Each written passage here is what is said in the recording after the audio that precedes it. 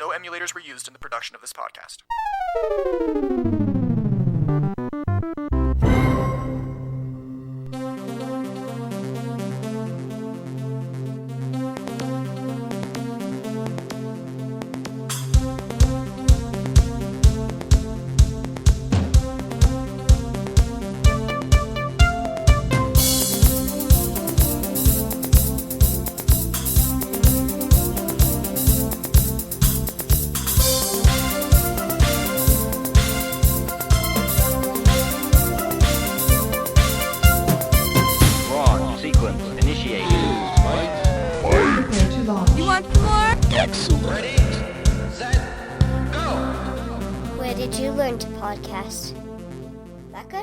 That's awesome, sweetie. Thank you. Welcome to the Atari Jaguar Game by Game podcast, where we discuss Atari's last home video game console and its library, one game at a time.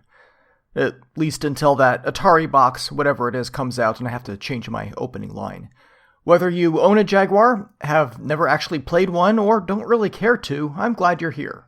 I am Shinto, your bearded, heavily muscled host, a description that's about half accurate, and in this episode we are covering part number JA100, Brutal Sports Football, a title which I'd say is about 2/3 accurate.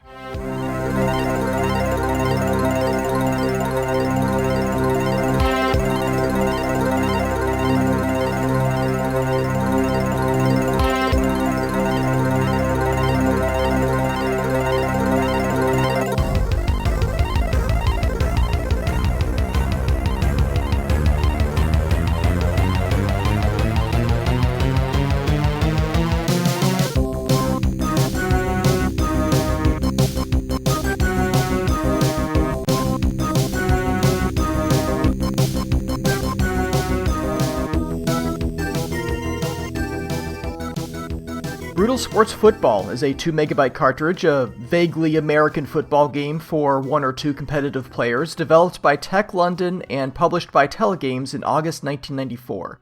This game was not rated by the ESRB. Tech London, that's spelled T-E-Q-U-E, and L-O-N-D-O-N for the sake of completeness. Tech London was an offshoot of Tech Software Development, a UK company founded in 1987. At first, Tech London was a sister studio, sometimes collaborating with Tech Software, sometimes not, and the two formally split in 1991. Afterward, Tech Software changed their name to Chrysalis Software, which had been the longtime name of their publishing label. Both Tech studios developed and published original games, but they specialized in audio and lent their talents to other game developers as well. As an example, Tech London worked on the music for the Jaguar game Val d'Isere Skiing and Snowboarding, which I recently covered in episode 17. Recently in terms of episode number, because that was several months ago. Tech London was acquired by Midas Interactive Entertainment in 1999, but before that time, they developed games for a number of platforms, including the Sega Master System, Game Gear, and Mega Drive. It's a UK company, so I'll go with Mega Drive here instead of Genesis. The Commodore Amiga computers and CD32 console, the Atari ST and Jaguar, and good old DOS. Maybe the Super Nintendo too, I couldn't find much confirmation on that. Development of Brutal Sports Football began in June of 1992 on the Amiga, but this actually wasn't always intended to be a sports title. The very early design was for a side-scrolling action RPG called Axe Quest. Kind of a beat-em-up with role-playing elements. Tech London head honcho Tony Love said that they thought the game might be too different to catch on, too wacky and original, so they opted to take their hard-hitting fantasy characters and put them in a different, perhaps more approachable direction, a sports game, something along the lines of American football. And the name of the game? Beast Ball. Millennium Interactive, the London-based company which was publishing the game for the Amiga, was so pleased with what they were seeing that they asked for versions of the game for the Mega Drive, Super Nintendo, and PC. Millennium also wanted more of an expanded series of games out of the concept, an umbrella of simplified sports games with over-the-top violence, so the Brutal Sports series was created, and the name of the fledgling game was changed from Beast Ball to Brutal Sports Football. There are still multiple references to Beast Ball within the finished game, And in fact, the Mega Drive port of the game, which was reviewed by GamePro magazine but never actually released, still had the name Beast Ball. I'll talk more about that review here shortly. Brutal Sports Football was released for the Amiga around the end of 1993 and got pretty positive reviews, 79% from CU Amiga, 88% from The One. Moby Games lists an average of 75% altogether. A common complaint against the game in these reviews was choppy scrolling. Originally, Millennium said that there was not going to be a separate version for the Amiga 1200. The regular A500 version ran slightly faster on the 1200, but was otherwise the same. A few months later, though, in the middle of 1994, a deluxe edition of the game was released for the Amiga 1200, as well as a version for the CD32 console. These ran with an increased color depth, much welcome joypad controls on the CD32 rather than having to leverage the computer keyboard. But despite the better hardware, the AGA hardware, the jerky scrolling remained, to an extent, in this deluxe version. The jerkiness was actually somewhat intentional. When Tech developed the Mega Drive version, they gave it smooth scrolling. It had a different type of engine. It was tile-based as opposed to fully bitmapped like the Amiga version. The fully bitmapped screen used the Amiga's Blitter chip, and by addressing each pixel, they could have more blood on screen and also more flexibility in showing playfield damage. But the Genesis, Mega Drive, it didn't have a blitter, so it therefore required a different engine, and this engine had smooth scrolling. Tech actually found that the chunky scrolling on the Amiga gave the game a harder edge, you might even say a more brutal feel to it. Even though on the Mega Drive the overall scrolling was smoother and faster, it felt slower to play than it did on the Amiga, an optical illusion, Tony Love said. So the Amiga was chunky by choice.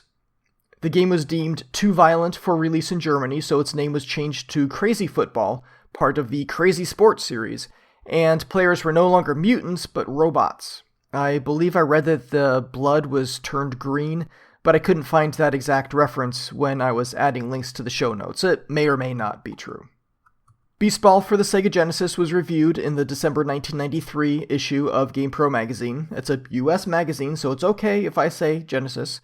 In addition to being really hard to read, there's a poor choice in background texture behind the text. Check it out in the show notes if you dare. The review was fairly middling. On a scale of 1 to 5, the reviewer gave graphics, sound, and control 3.0 each, and fun factor 2.5. They didn't care for the sounds or music, and found the game rather slow overall. Would chunky scrolling have helped? Tech said that they didn't think Mega Drive owners would tolerate scrolling that wasn't smooth on that system, so no, chunky wasn't an option. The following month, at the Winter Consumer Electronics Show, January 1994, Telegames was showing off an early version of Brutal Sports Football for the Atari Jaguar. Wait, how did we get to the Jaguar, and who or what is this Telegames, I hear you not asking. Fair enough. Telegames is a UK-based reseller, publisher, and developer of video games. Note the present tense in my verb conjugation. The company got its start in either 1978 or 1979, I found sources for both, in Leicestershire, England, in a gas station convenience store, of all places. Or one might call it a petrol forecourt shop outside the States, but that term is totally foreign to me. Anyway, Pete Mortimer started the company selling Intellivision games. Everybody else was selling games for the Atari VCS, so Mortimer wanted to be different and stock games for the then-new Intellivision console. I guess that would make it more 1979 than 1978. Maybe their website has it wrong. It turned out to be a good play, actually, focusing on the Intellivision. Telegames had enough business to move out of the gas station and set up a proper storefront. Telegames then branched into mail-order sales in 1981, and although the 8-bit computers were increasingly popular in the UK at the time, they stayed focused on console games and hardware, becoming the largest such supplier in the UK. While everyone else was jumping on a bandwagon, Telegames built a solid business avoiding them, pulling their own style cart alongside, if I can extend the metaphor. They did start selling Atari games, though. In the UK, Telegames was the largest retailer for the ColecoVision, and when the ColecoVision was discontinued in 1985 following the Great North American video game crash, Telegames bought up much of the stock, including the rights to manufacture the machine. Telegames ended up releasing a version of the ColecoVision-compatible DINA 2-in-1 console under the names Telegames Personal Arcade, but I won't really talk about that much because, well, it's not really relevant here, and also I can point you to an episode of the ColecoVision's podcast, Minisode 3, where Willie talks about this interesting console. Check it out in the show notes.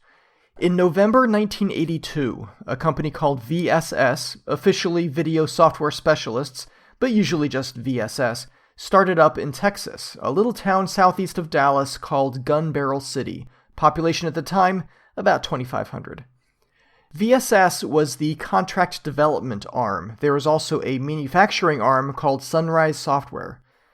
I've also seen it called Sunrise Games, and while most evidence points to the name Sunrise Software, you will hear the name Sunrise Games come up again in episode 54 of this podcast. I'll do more research then.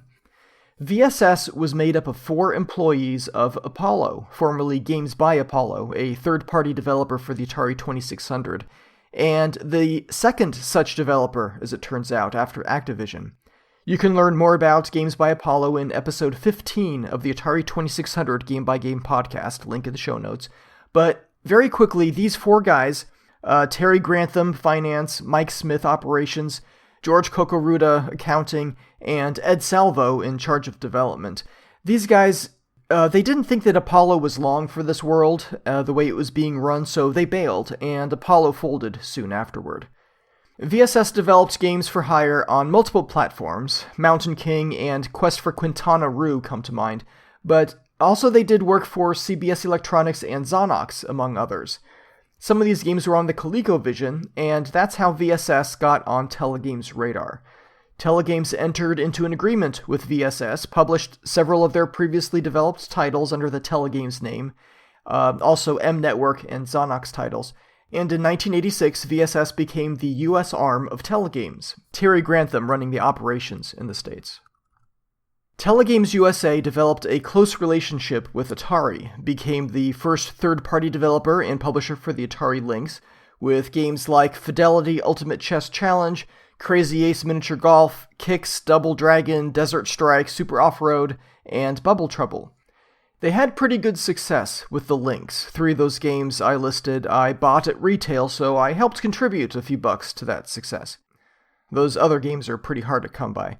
But anyway, with the favorable Lynx venture, Telegames was the first third-party publisher to sign up for the Atari Jaguar, and their first title out of the gate, licensed from Millennium Interactive, developed by Tech London, and ported by Greg Modern, that game was Brutal Sports Football.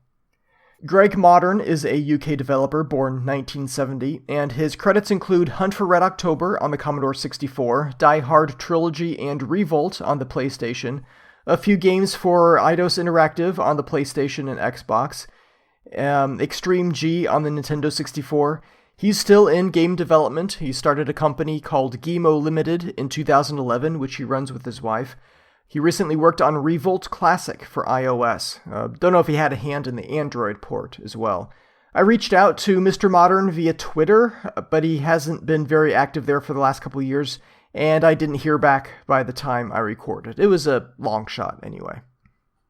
So let's jump back to the beginning of June 1994, when Atari's Director of Communications Bob Brody said in an online roundtable discussion on Genie that Brutal Sports Football would probably be the next game to hit the shelves after Wolfenstein 3D, with an expected release date sometime in July.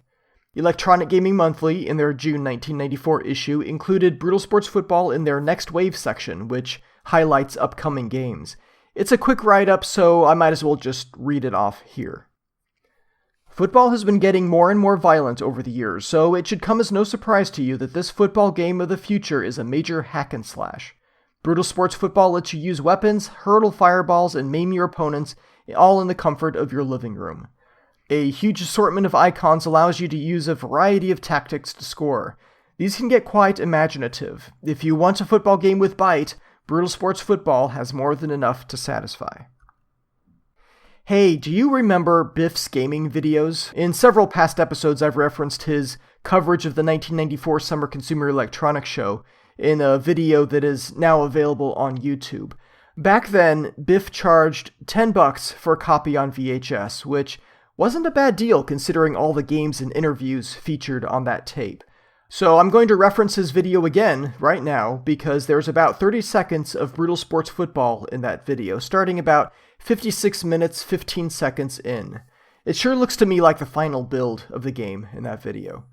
On August 22nd of 1994, Atari officially announced that Telegames had released Brutal Sports Football to the gaming public. You might wonder what became of the Brutal Sports series. Was anything else released under that banner?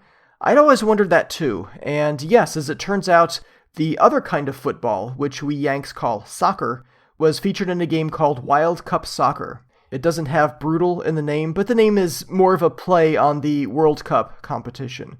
The game switched to more of a 3D isometric view, looking at the pitch from a corner, and was released for the Amiga computer in mid-1994 and the CD32 console in early 1995. Moby Games lists 6 reviews for this one across both platforms, and only one was favorable at 80%. 2 magazines, Amiga Games and Playtime, had separate reviews for both platforms, and all of those reviews rated it below 20%. Bishop. Skylar clip number 6, please. Ouch. Was a port of this game ever attempted for the Jaguar? There are clues. In the Atari dealer price list, 3rd quarter 1995, Wild Cup Soccer was listed as an upcoming game, due in October of that year. There were many other Telegames titles on that list: Ultimate Brain Games, Virtuoso, Power Slide, James Pond 3, World Class Cricket, and Casino Royale. How complete these titles actually were is anyone's guess, though for Ultimate Brain Games, it would seem the developer, who goes by the name Crazy Ace, of Link's mini-golf fame, he released an early version of Ultimate Brain Games, which combines chess, checkers, and backgammon. But it is obviously an early version. Backgammon doesn't work at all, checkers only allows the computer to play itself with the same moves every time, but chess looks pretty good. I'll include a link for this game from unseen64.net in the show notes. Continuing on a bit with Telegames history, they did release additional games for the Jaguar, which I will be covering in future episodes, and even a few titles after the Jaguar's demise. Quite a few were never completed or never made it out. Perhaps a special episode dedicated to all the Jaguar's unreleased games would be a good idea somewhere down the road. There are many. Telegames USA is now called Telegames.direct, and Telegames UK is still going strong. Much of the company history I was able to find was in an article in issue 130 of Retro Gamer magazine. The article was called Oceans Apart, a Telegames Retrospective by Kieran Hawken. Kieran is a regular contributor to Retro Gamer. He has a few ebooks with game reviews out there, and is co-host of the Atari XEGS Cart by Cart podcast. He also has one of the coolest sounding names in the retro gaming community. I wish my name was Kieran Hawken. Kieran Hawken.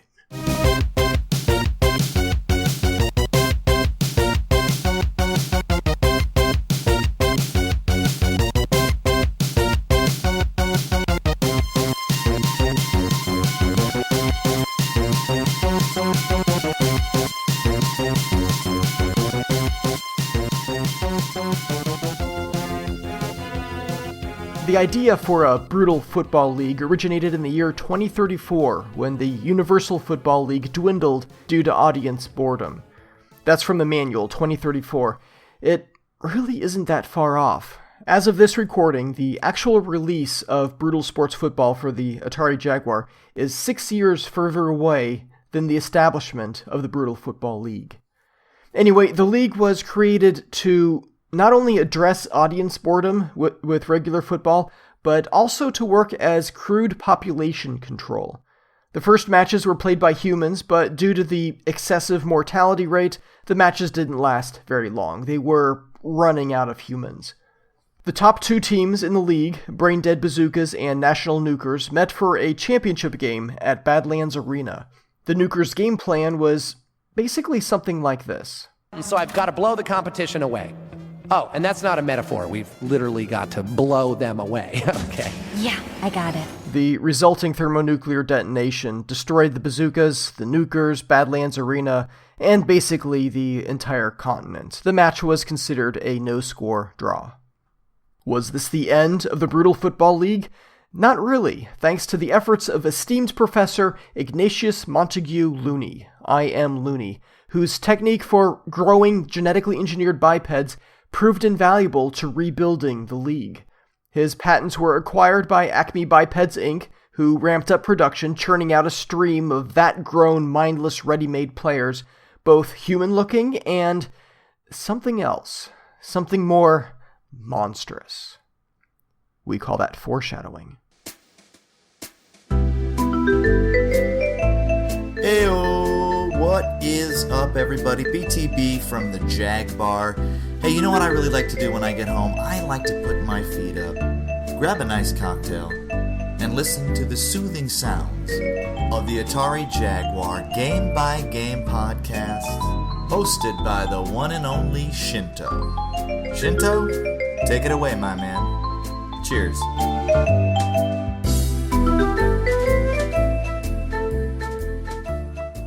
Each team in the Brutal Football League consists of 9 players, up to 7 on the field at one time. American football coach turned sportscaster John Madden reportedly once said, "Usually the team that scores the most points wins the game," or something to that effect. He got a lot of flack for that little aphorism. I mean, of course the team that scores the most points will win the football game, right? But that's not necessarily true in brutal sports football. There's more than one way to win a game, and it's not always the team that scores the most points. John Madden vindicated! Scoring points in brutal sports football involves somehow getting the oblong-shaped ball into the opponent's goal. This could mean running it in, throwing it in, kicking it in, whatever. If it enters the goal area, which is about a third the width of the field, a large, elaborately decorated stone room at either end of the field, then it counts as a point. Just 1 point per score. But that's not necessarily the only way to win. You can also win the game by knocking the heads off of your opponents. Yeah, that's totally what I just said. Once all but one of your opponent's players' noggins have been thoroughly dislodged, you win the game. I'm pretty sure that's not exactly what John Madden had in mind, but hey, it works here.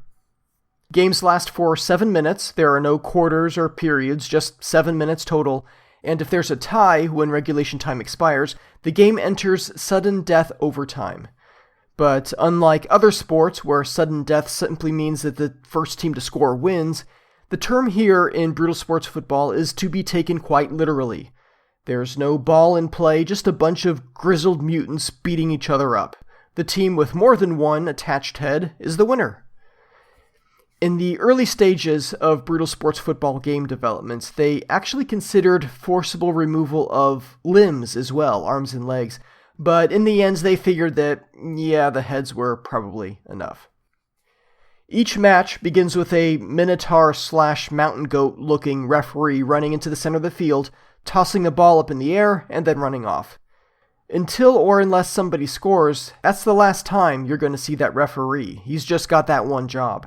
Play stops after somebody scores, but other than that, it just keeps on ticking into the future.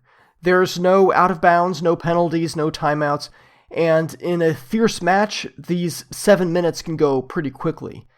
To give you a bit of warning, there's an air horn just before the 59-second mark. Not quite the 1 minute mark. And not always. I swear I heard that sound at other times too, maybe as high as 2 minutes. It could be a glitch, or it could be my imagination. When you're on offense, when you have the ball, you can pass it. It's not like an overhead throw, but more like a pitch, if you were to use the American football terminology. You can kick the ball, either straight up in the air, or left or right, straight across the field or at an angle, and you can use power-ups. On defense, you can also use power-ups. You can jump up to catch the ball when it's in the air, but generally, defense means you try to clobber the guy with a ball in order to get that ball back. The ball can change hands early and often in this game. The field is littered with objects. Some of these are power-ups, some are weapons. The weapons can include a sword, an axe, and a shield. And it seems like each match begins with 2 of each scattered about in predictable locations. There is one other thing that you can pick up, but it's not a weapon. If a player loses a head, it'll remain on the field, and you can pick that up. I'll talk more about that shortly, so just let that fact sink in a little bit. Picking up a head or any other object just requires running over it. If you are not carrying the ball at the time, you'll grab the weapon, and if you're already carrying one weapon, you'll drop it and pick up the one you just ran over. If you are carrying a weapon and stand in place over another weapon, you'll just keep swapping them out over and over until someone clobbers you and puts an end to your frivolity. If you are carrying a head and walk over a weapon, you'll pick up the weapon, but not vice versa. Now, if you happen to be carrying the ball, the game is smart enough to realize you probably don't just want to drop that ball because there's a cool-looking sword on the ground. Someone else might pick up that sword, maybe jab you with it, and then you'll drop the ball. It's how the game world works. It's the brutal sports circle of life. So, the sword, it looks like a one-handed, single-edge, straight sword with a bowl-shaped guard and no pommel. These are genetically engineered sports mutants here in the game, so they don't wield the weapon with any amount of grace. They hold it horizontally and use a simple, rather crude thrust attack in the direction they're facing. Unless you're facing up or down, in which case you'll always jab to the right side of the screen, which is kind of weird, and it means that you can't actually stab someone directly above or below you. The axe is a ranged weapon, picked up and thrown, after which it remains on the field for future use, and it works in multiple directions. It's silver with a red grip and a red decorative triangle along the business end. Players pick it up, run with it, and if they so choose, they can hurl it in the direction they're facing. When hit with the axe in the front, the player is knocked on his back. From behind, he's knocked to his knees. A thrown axe can hit multiple players. They might not all be on your opponent's team, so keep that in mind. Friendly fire is always a concern in brutal sports football. It is possible, believe it or not, to hit yourself with the axe, and I'm not sure if this is a feat of skill or incompetence, but if you throw the axe into the upper or lower sides of the screen, or into the stone barrier surrounding the goal, and if you're standing close enough, the axe will rebound and hit you in the face. So yeah, be careful with the axe around the goal and sidelines. However, if you're good enough, you can ricochet the axe off of a sideline and hit another player. I had the computer do this to me once. It was frustrating, but really impressive.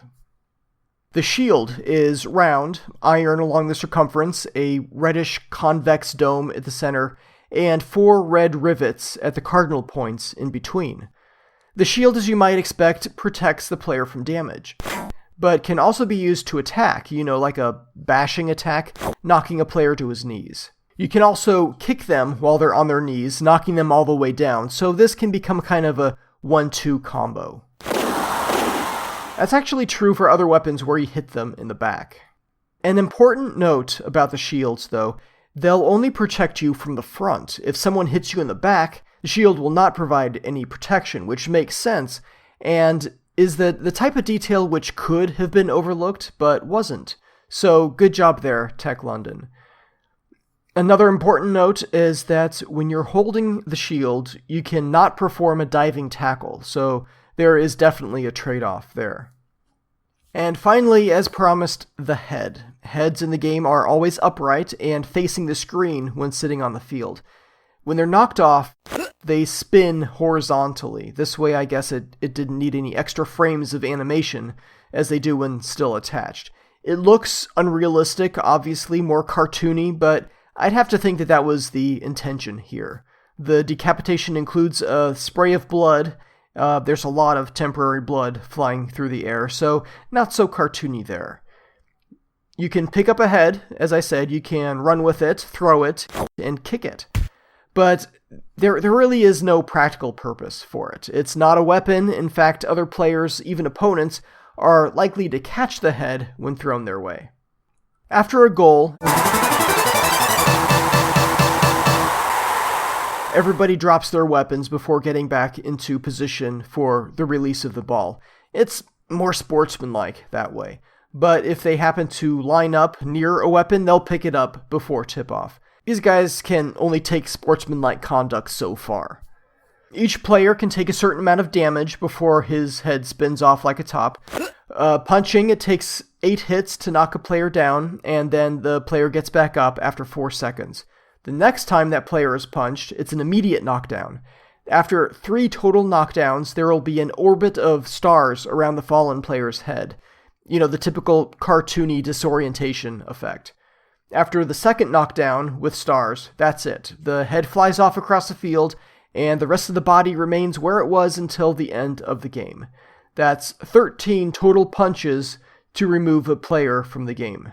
Brutally, as it were. Using a sword, it's an immediate knockdown each time, at least from the front. Stars on the last 2 knockdowns, so 9 jabs total.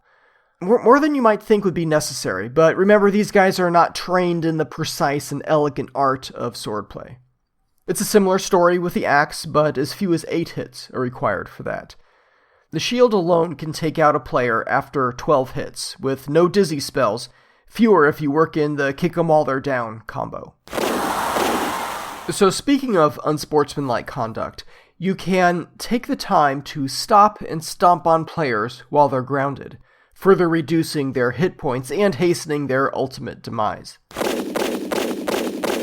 You can get up to 7 cheap hits in this way if you're fast enough, unless the actual maximum number is 8, and I'm the one who's not fast enough. Every time a player is hit, even if it's just a punch, it leaves a bit of damage on the field, so it's not long before the field is all chewed up, probably making for a pretty surly groundskeeper. Not going anywhere for a while? Great googly moogly. Grab a Snickers.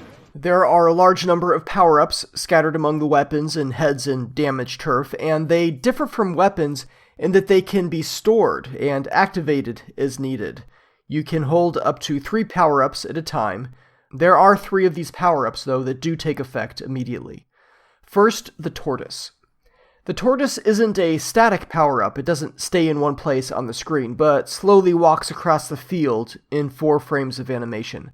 I clocked it at 1.36 miles per hour, or 2.19 kilometers per hour, so not very fast, and if you pick it up, guess what? You won't be very fast either. All things being equal, your player can sprint across the field in 8.6 seconds. If the field is measured in yards, and that seems to be one of the few American football aspects intact here, markers every 10 yards, then that's 24.6 miles per hour, or 10.997 meters per second. Olympian Usain Bolt holds the world record in the 100-meter dash, which is close enough to 100 yards for the sake of this comparison, and his average speed there was 10.438 meters per second. So, by default, the mutants in brutal sports football are actually faster than Usain Bolt. If you run into the tortoise, though, your speed will decrease to 11.3 miles per hour, or about 18 kilometers per hour, for about 8 seconds. How is that a power-up, you might ask? It isn't. It's a power down, and the only one in the game. If you have a tortoise in the game, then of course you're going to have another animal, the hare. Tortoise and the hare, they go together like Holmes and Moriarty, or ColecoVisions and Intellivisionaries. But the manual says that it isn't a hare, but a rabbit. What's the difference? The hare, I think you'll find, is a much larger mammal. Rest in peace, Peter Sallis. The long-eared cotton-tailed leporidae in this game are quite large, so I would tend to go with hare rather than rabbit, but whatever, who cares, I'll just say rabbit. The rabbit in this game moves at an inconsistent rate, unlike the turtle. It seems to depend on player position, so I couldn't get a good gauge for its speed as it hops across the field. But the effect it has on the player, that I could measure. When under the rabbity influence, your player moves 18% faster than his usual speed by my stopwatch, until the power-up expires after around 22 seconds. There is one other immediate power-up, and that's the grenades. The icon looks like a cartoon bomb, like the kind the Mad Bomber drops into your buckets and kaboom. Pick this up and you'll have 6 smaller versions of the bomb icon to the left of your player following him around. That's your remaining number of grenades. You can press the A button to throw one, but if you get tackled while holding this power-up, the rest of your grenade arsenal will go off and all over the place. These 3 immediate power-ups will expire after someone scores, but the others, the ones I'm going to talk about, if unused, you can hold on to them and activate them when you want throughout the game. So, when you pick one of these up, it's added to your inventory. You can hold up to 3 power-ups at a time and cycle through them with the 6 button on the keypad. The currently selected power-up appears next to your score at the bottom of the screen, and you activate that power-up with the A button. The icon on the screen will start flashing, and will continue flashing while the power-up is in effect. When it disappears, the power-up has expired. The first power-up that I'm going to talk about looks like a left hand that opens and closes while it's on the ground, and if this one is picked up and activated, it doesn't take 8 hits to knock an opponent to the ground, just 1. This enhanced smackdown ability lasts for about 15 seconds, and the power-up is available in both 1 and 2-player modes.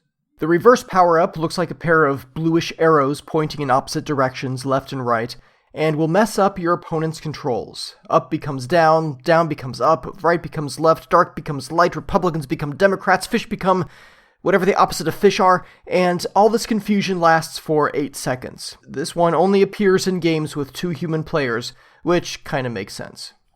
There's one more 2-player only icon, and that looks like a 3D spinning question mark, with the edges purple and faces yellow. This one will temporarily change teams, meaning you start controlling your opponent's team, and they you.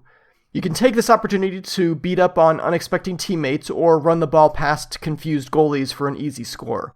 Gotta be quick though, this one expires after about 8 seconds. The Ice Cube power-up looks like a flashing purple cube, kind of beige colored when it's in your inventory, and will temporarily freeze all of your opponents, turning them into tall piles of snow with only their heads sticking out. It lasts for around 7.5 seconds, or until you score, which I hope you'll be able to do if you're playing a bunch of immobile snowmen. The Magic Potion looks like a purplish clay pot, which fades to near invisibility and back while it's sitting on the field, waiting to be picked up. When activated, it'll turn all your players invisible. Again, seems to be for about 7.5 seconds. It's just the players themselves that are invisible. You'll still see the 1p or 2p icons floating over one of them. The decapitated corpse parts, if any, actually turn invisible as well. The running ball power-up is a neat one. When you see the power-up on the field, it looks like a ball with legs running in place. And in your inventory, it looks like a beige ball with some thing hanging below it. It could be a foot. We'll assume it's a foot. Activating this will cause the ball to drop to the ground, sprout legs, and start running toward your player. It looks just like the pickup icon, no longer running in place, but across the field, following your player. Your opponent cannot pick up the ball while it's legging it across the field, but instead has to watch helplessly or resort to fisticuffs. You can pick it up though. This power-up lasts for up to 12 seconds. There is a force field, a repel power-up. It looks like a bouncing, jiggling sphere, and after you grab it, just shows up as a basic, boring sphere in your inventory. No jiggle. No jiggle. When activated, you have an electric-looking bubble around your active player, and when you change players, the bubble immediately appears around the new player. It's not animated at all, but it gives your player some much-appreciated personal space. I sure wish I had one of those sometimes. It lasts for about 7.5 seconds, pushing other players out of the way, knocking them over, and, somewhat amusingly, bulldozing corpses and heads. Fireballs. They're not balls of fire, they're balls on fire.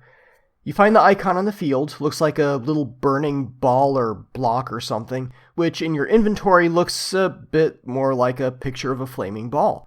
When this power-up is active, your player conjures flaming, exploding balls all over the place in little white mushroom clouds.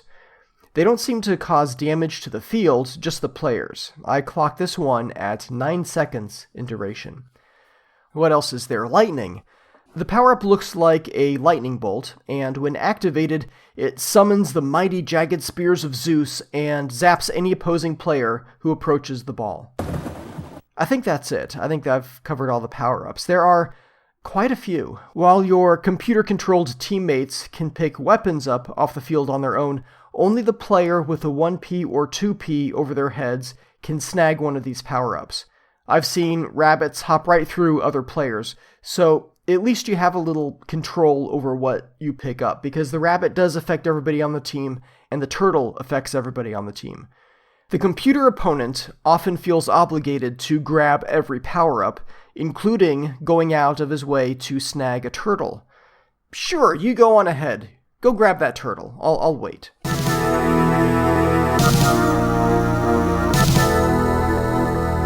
There are 3 different game modes here in Brutal Sports Football, different arrangements of games you can play, and the first one I'll talk about is Unfriendly. This is a match for 1 or 2 human players, just a simple pickup game. It's the quickest and easiest way to get in and play, which can be a single match, best 2 out of 3, or best 4 out of 7 matches. Player 1 can choose from 11 different teams in 4 different classes, 4 different types of mutants, more on that later. You see Select Team 1 at the top of the screen, a large picture of presumably one of the players on your team. Below that, the name of the team in large block letters, and in small red text, a team description. If you hit the A button at this point, you can actually rename the team. Left or right to select the letter you want to change, it'll flash rapidly, and then up or down to move up or down through the alphabet. Once player 1 has made his selection, it's player 2's turn. If there is an actual player 2, it's actually optional. The screen says computer with a countdown timer above it, and any human opponent has 8 short seconds to hit the B button on their own controller, or else the game will default to a single-player match against the computer. I mean that literally, short seconds. It starts at 8, but when I clocked it, it actually ended up being just a little over 6 real-life seconds before timing out. During these not quite 8 seconds, player 1 can hit buttons or spam D-pad movements to make that timer count down much faster, which, if you actually do have a second player there waiting to join in, it's only funny once. Player 2 only has 10 teams to choose from since both players can't select the same team.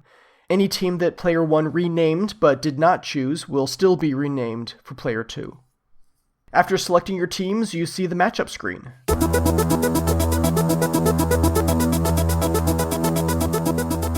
Next match is written in giant block letters at the top.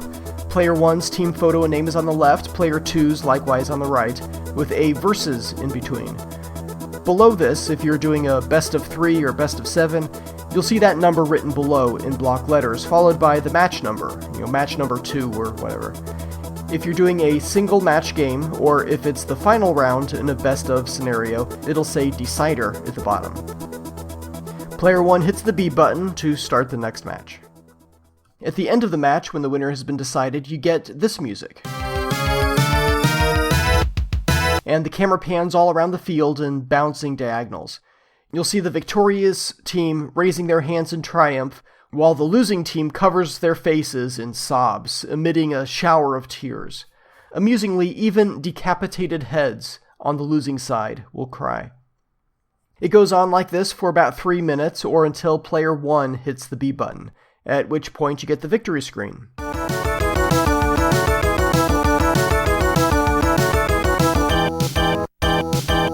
This screen, which has a black background, reads score at the top in giant block letters, and in large letters below that, goals, heads, and wins, with player 1's total on the left and player 2's on the right. Taking up the left side of the screen, you have the top half of a muscle-bound Viking player, right arm raised in victory. He's wearing nothing but a beat-up shoulder pad and a historically inaccurate horned Viking helmet. Oh, and a shaggy white beard, if that counts. Push the B button to dismiss the screen. Between matches, if applicable, you have this music.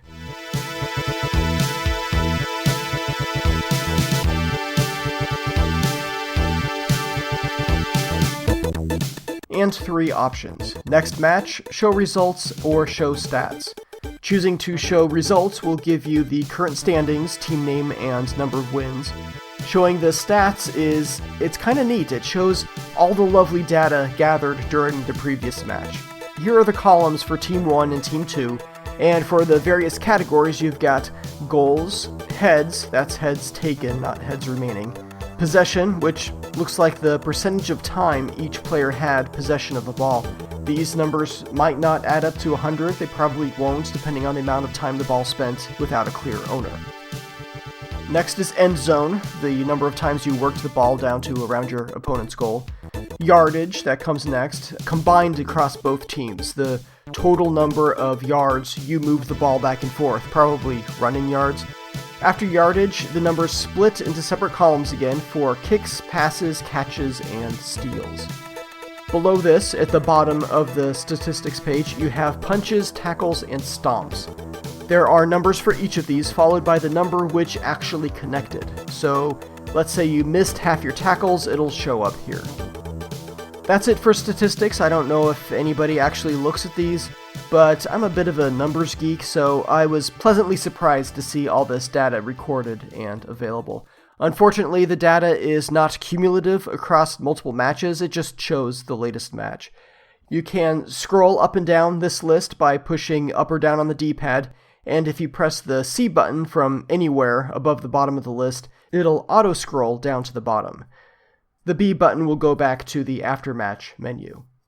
If there are no more matches, if the game has already been decided, the next match option will, of course, not apply, and you'll see Game Over here instead. This takes you to the end credits. I'll talk about the credit screen and the winner screen for this and the other two game modes in a single spoiler alert section later on. So the next game mode I'm going to cover is called Knockout. Knockout is a single elimination tournament for up to 8 human players, up to 2 human players at a time. Any teams in the field of 8 not controlled by a human will be controlled by the computer. All the Viking teams are available here, the Slayers, Thugs, Demons, Warlords, Mad Dogs, Savages, Ravagers, and Huns. They're all up there on the screen, 4 on the left and 4 on the right, a photo next to an icon. The icon is either an integrated circuit for computer-controlled teams or a left hand for human-controlled teams.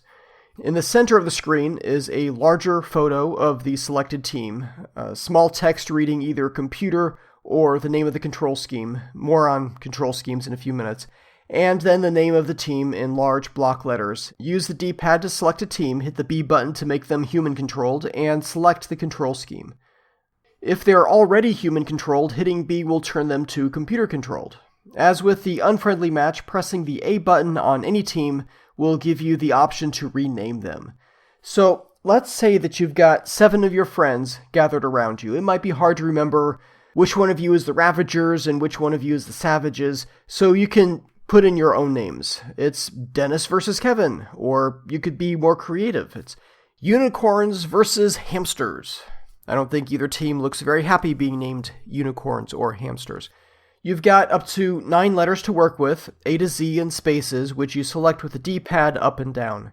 Any trailing spaces are trimmed, leading spaces are not. The bottom of the screen says press C, and this is what you do when you want to start the tournament with the configured teams, beginning with the quarterfinals and moving on to the semifinals and then finals. There's a versus screen here, which shows the opposing teams. At this point, you may need to pass the controllers around so that whoever is playing the team on the left has controller 1, and likewise controller 2. Below the pictures it says quarterfinals, semifinals, or final, followed by the match number 1 through 6. It does not display a round number for that final round, round 7. The last team standing at the end of the finals, literally or figuratively, is the knockout winner. I'll talk about the ending in the spoiler alert section later on, but there's really not much to it. And finally, the last game mode is League. I'm doing these in order of increasing complexity to kind of ease you in, but the actual order within the game is League, then Unfriendly, then Knockout. In League mode, you work your way up through 4 leagues, 6 games per league, earning money and patching up players between matches. Unlike the other game modes, you really feel like you're using the same team throughout, because that's exactly what you're doing. You can choose any of the Viking teams to start, and you can rename them just like you could in the other game modes. And you can choose your control scheme. After that, it's back to the versus screen. Cue the music. This is a lot like the others. Next match in giant block letters at the top, pictures and names on either side, and below the pictures you have the league number, 4th league, 3rd league, 2nd league, you get it, followed by the match number 1, match number 2, up through match number 6. Hit the button, and the match begins. At the end of each match, you have the victory or defeat screen, depending on how you did, with different music for each. When you win, you hear this.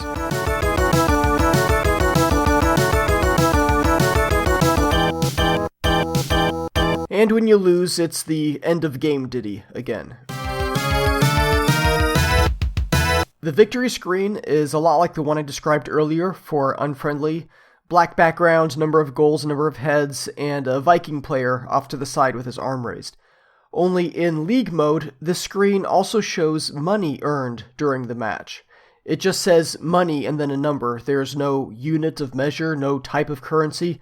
So I don't know if we're talking dollars, pesos, zarbits, bonus points to anybody who recognizes that reference, answer in the show notes.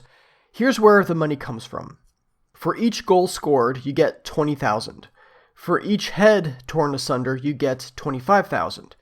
Now, you only get money for goals when you win the match. If you lose, your victorious Viking on this screen is replaced by a less enthusiastic guy wrapped in bandages and propped up on a crutch.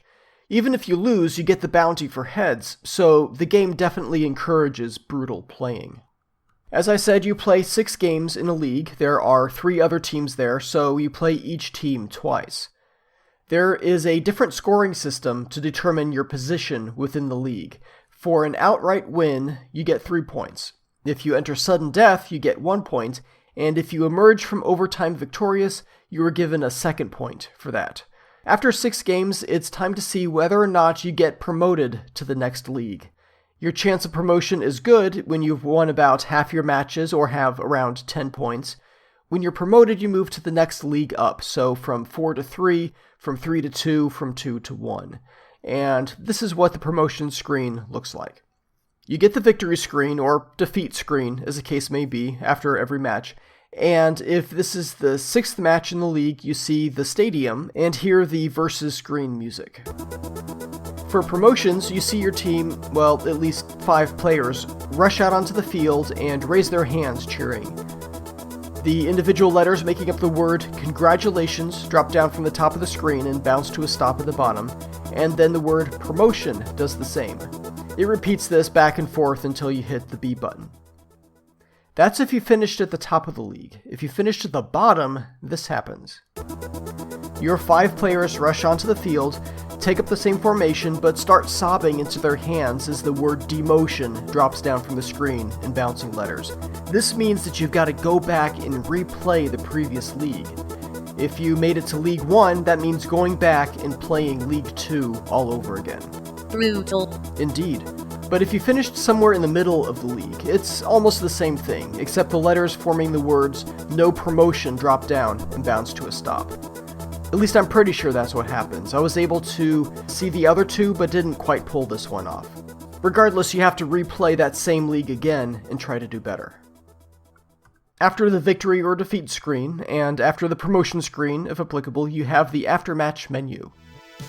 This menu is titled Championship, and the options here, top down, are Next Match, or Next League if you just changed leagues, Locker Room, Show Results, and Show Stats.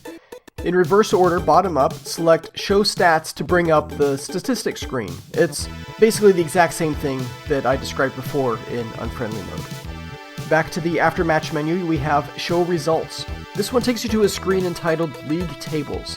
It says Password, and then the league number, 4th league, 3rd league, and so on. And then at the bottom of the screen is the actual password. This password consists of at least 2 rows of 9 characters, which can be alphanumeric, B through Z, and 0 through 9, plus the exclamation point. Maybe a space. Interestingly, there are no vowels in passwords. The password stores the league standings and details about your team, individual player health statistics, control scheme, and available money. If you used a custom name for your team, this is on an optional 3rd line. and that one can contain vowels. Now we head to the locker room for one of the game's more interesting features.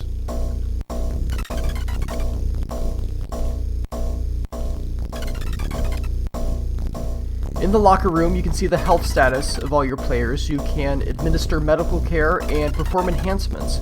You can select who will play in the next match, and you can actually perform a cranial reconstruction. If a player has lost his head, well, you can just stick it right back on there. Let's go over the interface because there is a lot going on with it, and it can be a little confusing. You are looking at a room with gray brick walls, a wood-paneled floor with inconsistent coverage by gray stones in various shapes, and 9 cubbies along the back wall, numbered 1 through 9. Inside each cubby is one of your players. Now, each player can have a health rating of 0 through 9, plus headless. Call that -1 if you want. The actual health number isn't shown directly, but there are multiple redundant ways to know how healthy any individual player might be. First, they could be standing. That means their health is at least 3, or they could be on one knee, a disheveled mop of white hair covering their eyes, with their arms up on the cubby's walls for support. These guys have a health of 0 through 2. If a player is on both knees, torn trousers, and what looks like a bandage wrapped around something, it's kind of hard to tell. This player is headless, health of -1. Take me out of the game, coach, I can't see a thing. Maybe they're holding their head in their hands like a literal interpretation of that song from the 90s band Flotsam and Jetsam. My head held in my hands. With all these players, they seem to be breathing heavily. How that works for the headless ones, I don't know. Above each player is a square black screen, a health monitor. If the player's headless, the screen is dark. Otherwise, there's a green bar graph style meter, like a VU meter, at the top. The healthier a player is, the more energetic the bars. Below this, centered, is a red heartbeat meter. The stronger the heartbeat, the brighter red the meter, and the more the bars extend above and below. To the left and right are white dots, which light up brighter white depending on the player's health. As if that weren't enough, there are a pair of red gauges on either side of the cubby number. This is the easiest and most direct way to gauge the health of a player. When their health is at 0, you don't see any red at all, but you see more and more the healthier they get, up to a maximum of 8, though it's possible to top off once more. Got all that? In addition to all these visual indicators, there's the sound. You can hear the pitch lower when selecting players with a lower health.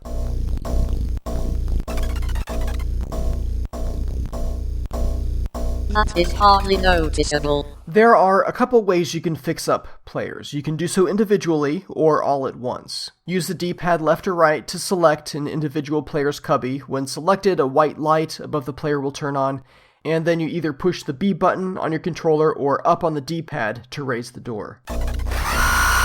It lifts up from the floor, so up on the D-pad makes sense. From there, you have 3 icons at your disposal. A cross, a horizontal lightning bolt, and a football helmet, American football. You select between these 3 icons using up or down on the D-pad. They colorize when selected. With the cross selected, if you hit the B button, it'll restore 1 health point to the player. Each health treatment costs 5,000 space bucks, so it can cost up to 45,000 to restore a player to full health.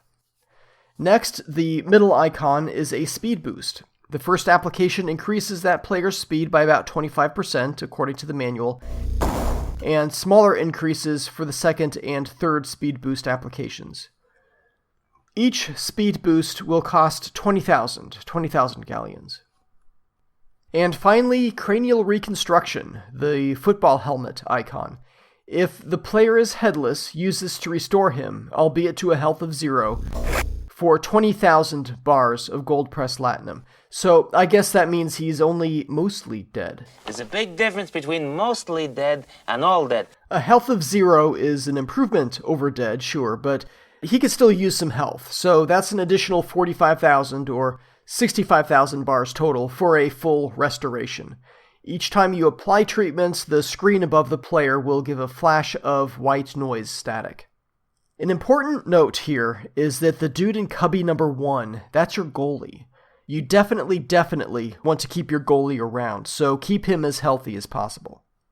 When a cubby is highlighted, pressing the A button will toggle them in or out of the next match. If they're in, a red light at the top will start blinking. If they're out, it's dark. You have 9 players to work with and up to 7 on the field at one time, so keep that in mind. You don't need to heal all 9 all the time. The game will not prevent you from selecting a headless player, so, good luck with that. As you move between the players, if you had the door closed on one, it'll automatically open when pushing the D-pad left or right. Now, in the center of the room, well, roughly center, it's between players 5 and 6, you have a console. This huge machine has a metal conduit coming out of the top, 4 analog semicircle gauges with a needle bouncing around on each. Below this is a 12x2 matrix of blinking lights, a screen showing your available money in red numbers, and then a sphere inlaid in the middle, and a couple of recessed rectangular door panels below that, with some exposed pulsing wires between them. Your money total only shows 6 digits, so if you've built up more than that, you will not be able to tell at a glance. One more digit might have been nice. You select the center console just like you would any of the players by moving left or right on the D-pad. The screen will pan back and forth, and when the console is centered, the lights in all the cubbies will turn on, so consider the console selected.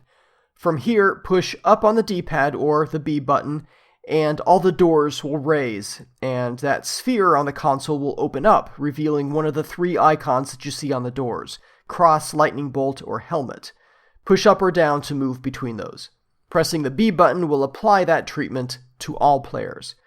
Fortunately, you will not be billed for unnecessary treatments, so if you select everybody, do the cranial reconstruction, but only 2 players need noggins, you'll only be charged 40,000 credits, and that's it.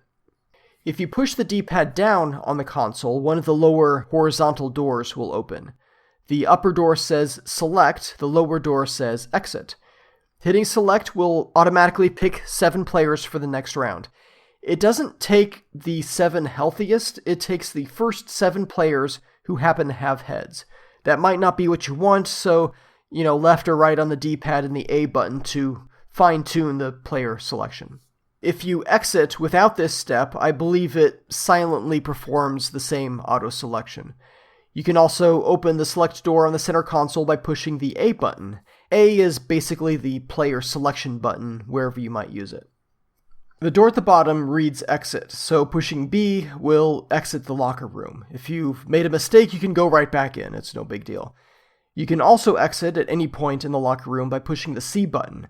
Now, if you made changes in the locker room and go back to the Show Results screen, you'll see that your password has changed accordingly. If you have lost a match by decapitation and don't have enough money to fix your players, it's game over.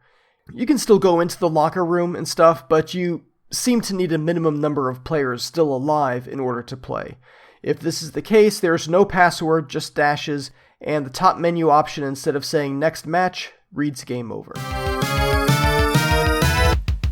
Okay, let's talk about the various endings. One might say there are 3 different endings in the game, one for each game mode: Unfriendly, Knockout, and League. The first 2 are easier to win than the third, but I'll go ahead and wrap them all up in this one spoiler alert section.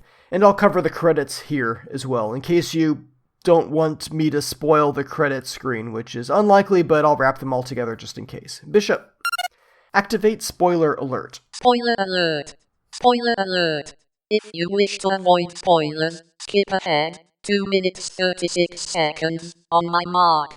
3, 2, 1, mark. Unfriendly mode. You hear the victory music again.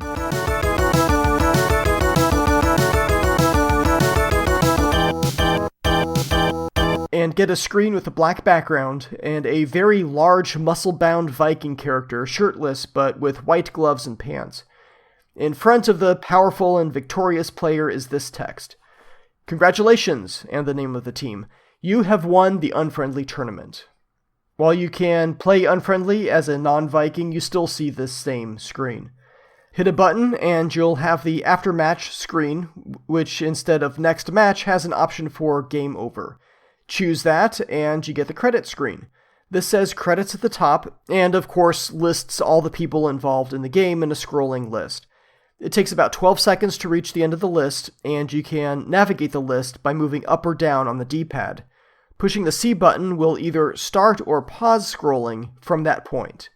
More functionality than you were expecting in a credit screen, huh? When you're done, hit B, and it's back to the title screen. The ending for Knockout is very similar. The text reads, "Congratulations, team name, you are the Knockout victor." Okay, the rest is the same.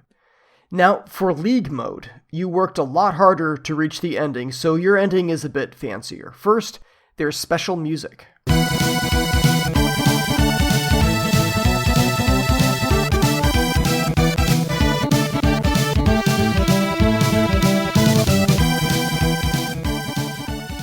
Same big Viking guy in the background, and the text reads, "Congratulations, team name.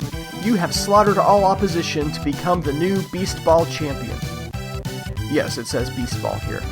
Hit a button and the music will fade out. Then, something unexpected. You see the same Viking again, this time with the word champion at the bottom, and a series of explosions work their way horizontally across the player and up, from the feet to the head, revealing a metal endoskeleton, a whole lot like the Terminator.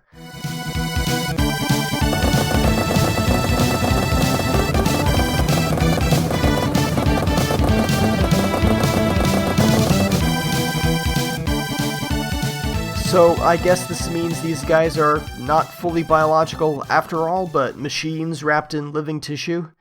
Alright, I guess that's equally good for playing sports as wiping out the last of the human resistance to take over the world, either way. End of spoilers. The remainder of this episode is brutally spoiler-free. I glossed over this earlier, so let's take a closer look at the types of teams that are in the game, the different classes. There are Vikings, those guys are clearly the focus, but also lizards, goats, and rhinos. They're all manufactured mutants, of course, though the latter three, they're a little more mutant-y than the first. That is not a real word.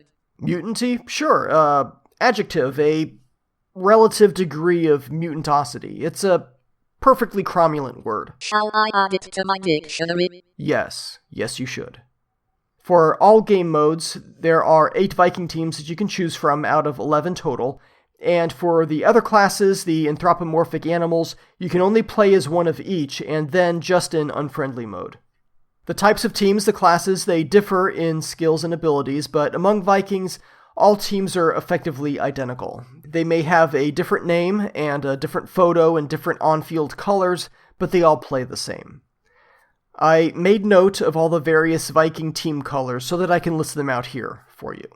The Slayers are blue, Thugs are green, Demons are purple, Warlords red, Mad Dogs yellow, Savages also green but with darker skin and lighter colored pants, Ravagers orange with the darkest skin, Huns are also red but with a darker skin and lighter pants. I would advise against playing Thugs versus Savages or Warlords versus Huns because the colors are so similar. My personal favorite are the Demons. I dig the purple color. Now, these colors apply in Knockout and Unfriendly. In League mode, no matter which Viking team you choose, your uniform is always red stripes. There are 3 other Viking teams which you'll only encounter in League mode, and these are the Vandals, the Crushers, and the Berserk. The animal classes, those 3 animal classes, they do some things differently. For example, the lizards, instead of stomping on a downed player, they breathe fire on him. There's no separate sound for that, otherwise I'd stick it in here. Where the Vikings have a diving tackle, the lizard teams will perform a somersault and slide on their back. Their League mode teams are the Fiends, the Dragons, and the Hotheads. The goats, instead of punching, they administer a headbutt.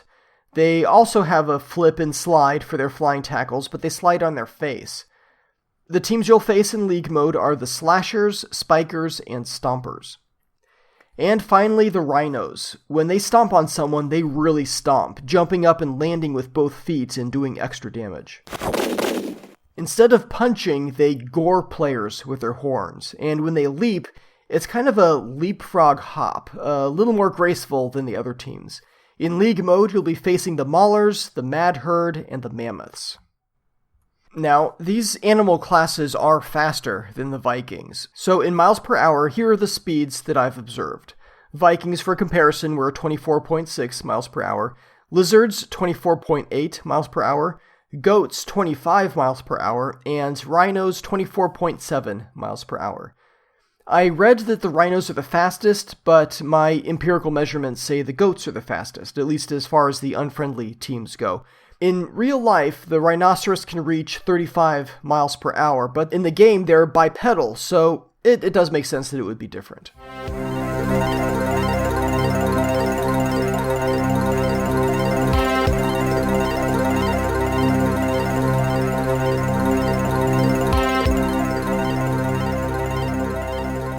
For controls in the game, the D-pad moves your player up, down, left, and right. The A button uses the currently selected power-up, if any. Now, if you're on offense, if you have the ball, the B button will throw the ball, and the C button will kick the ball. However you're holding the D-pad affects which way the ball goes, including diagonals. If you're on defense, either B or C will attack, which will either be a punch or a flying tackle depending on proximity to another player, and I think maybe pushing the D-pad as well. When you're standing over a player who's on the ground, B or C will stomp him, or spit fire if you're playing as the lizard team. If the ball is in the air, pressing C will make your player leap up to catch the ball, or at least try to. The audience loves a ball caught in midair like this, and will roar their approval. For the other buttons, pause will pause the game. You see the word paused in purple letters on the screen, and in typical Jaguar tradition, you can adjust the music and sound effects volumes while paused. Press A and the music volume meter appears, left or right to change that, and press B for the SFX volume meter. It doesn't seem to play music or sound while adjusting these meters, so you don't know exactly what it's going to sound like until you unpause. Either player 1 or player 2 can pause the game, and anytime the field is on the screen, the pause button will work, and that includes after the game is over and bouncing around in diagonals. An interesting thing that I found about the pause button is that if there are any Viking players on the field, they will turn to look at you, look at the screen when you pause the game, and they turn back when unpaused. Only the Vikings do this, and there are some isolated cases where they don't turn their heads, but I thought it was a neat little touch in a slightly creepy sort of way. The option button is used with some of the different control schemes to lock or unlock a player. I guess now's as good a time as any to go over these. There are 5 different control schemes you can choose from, and they all dictate how you choose which player you're actively controlling. Remember, there are 7 on the field. The goalie will automatically take action to protect his goal, but the rest is up to you. In novice mode, which is the default, you leave it up to the computer to decide which on-screen player you'll be controlling. On offense, the ball carrier is always selected. On defense, it's whichever player happens to be closest to the ball. Now, it can happen that the computer switches away when you don't want it to. You're about to lay the smackdown on the opponent's goalie, but the ball has moved, and now you're moving a different player. It's pretty annoying, and that's where the other control options come into play. Beginner mode is next, and what that means is exactly the same as novice, but you have the option to lock control on a certain player, so it won't automatically change on you. How do you do this? With the option button. When you push option, a sword will appear horizontally behind the 1P or 2P icon on the screen, and you are now locked to that player. Press option again to unlock and the sword disappears. In intermediate mode, you don't use the option button to lock, but rather the computer will detect how active you are with the player you're currently controlling. Let go of the buttons and D-pad, and your control will switch to the player closest to the ball. On defense, at least. For offense, it still sticks with the ball carrier. Advanced mode is kind of like a blend of intermediate and beginner. It detects the controller activity, but you can also lock and unlock the player with the option button. And finally, in expert mode, you will not switch players until you hit the option button. Even if one of your players catches the ball, you will not switch to him without hitting option. And don't count on a computer-controlled teammate to do the right thing when he catches the ball, because he won't. He'll just stand there until he's clobbered, holding the ball and staring blankly up the field. The keypad is used a little in this game as well, but no official overlay was ever produced. The 1, 2, and 3 buttons adjust your team's formation. 1 puts them in a defensive posture, 3 is an aggressive posture, and 2 is a normal, balanced layout. The 6 button, as I mentioned a while ago, cycles through the available power-ups, if any. The star and hash buttons, when held together, will reset the game back to the very beginning, the vanity screens. It won't happen right away, so give it a couple seconds. And finally, the 0 button toggles the music. There are some peculiarities here. It only works in-game, turning on and off the in-game music. After a goal, if you have the music turned off, the goal music doesn't play, but the kickoff music does, ending abruptly with crowd noise.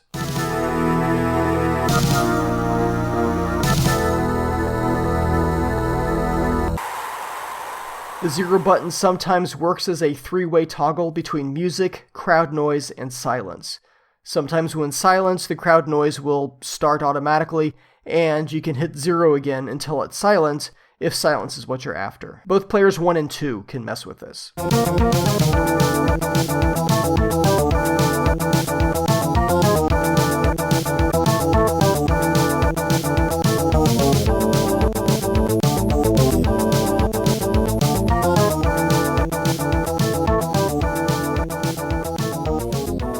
When you first boot up the game, you get the vanity screens. I don't know if that's what they're actually called, but that's what I call them. The publisher and developer logos and stuff. We start with what may be the most ostentatious vanity screen in the Jaguar library, and that's the one for telegames. We start with a star field, like flying stars moving out of the center, but these have dotted trails of a sort. You get the music, and the telegames logo appears in the distance, moving toward you in a vertical sinusoidal pattern, trailing translucent copies of itself. The logo is a wide lozenge in shape with silver letters appearing over a red gradient. Once the logo stops moving toward you, it will start rotating. Like the thin rounded rectangle is in 3 dimensions with the telegame's name imprinted on both sides. It rotates 10 times, so 5 full 360-degree spins, and the first flip appears to leave a bit of a shadow behind. It's probably a glitch. When it stops rotating, it explodes in a pixel shatter style effect, and then the star field gradually fades. In all, 30 seconds of your life is spent on this screen, unless you hit the button, in which case it mercifully fades out.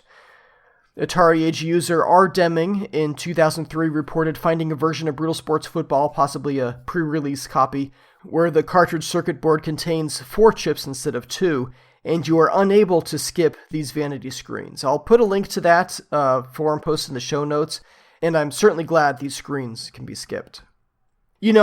I shouldn't complain too much. I can think of times in the 90s where I wrote software games or whatever that included a pretentious intro screen. One in particular I remember was a lame ripoff of the Lucasfilm Games intro in the Atari 7800 game Ball Blazer. As far as Jaguar games go, I can think of one other game that has a vanity screen that's about as bad as the Telegames one as far as pretentiousness goes. That one's coming up much later in the episode list. Moving on, we have the screen for Tech. This one is silent and lasts about 8 seconds if you don't hit the B button to skip it. It has a white background and a jagged metal plate in the center onto which the letters TEQUE have been riveted. The letters themselves are made up of a kind of rusty-looking metal. A woman's face appears below the logo atop circuit paths, which pulse as the woman's eyes glow green. Next, we have the title screen. You see a large building, presumably the football stadium. It's got towering, weathered concrete pillars, a green brick archway over the entrance, stairs leading up to it, and a couple of spotlights in the foreground. Unearthly dark purple clouds gather overhead. Something above that archway is weird. There's a central gray pillar, and in front of that pillar is a giant carving of a skull, which looks like they put white lights where the eyes should be, and below that the giant number 2019. Why 2019? It's gotta be a year, right? But the manual says 2034 was when the league was started. I went searching for an original Amiga version of the manual online, and I found one for the CD32, but that also says 2034, and there's no mention of the year 2019. Man, 2019, that's just a couple years away. Fewer if it took me any longer to get this episode out.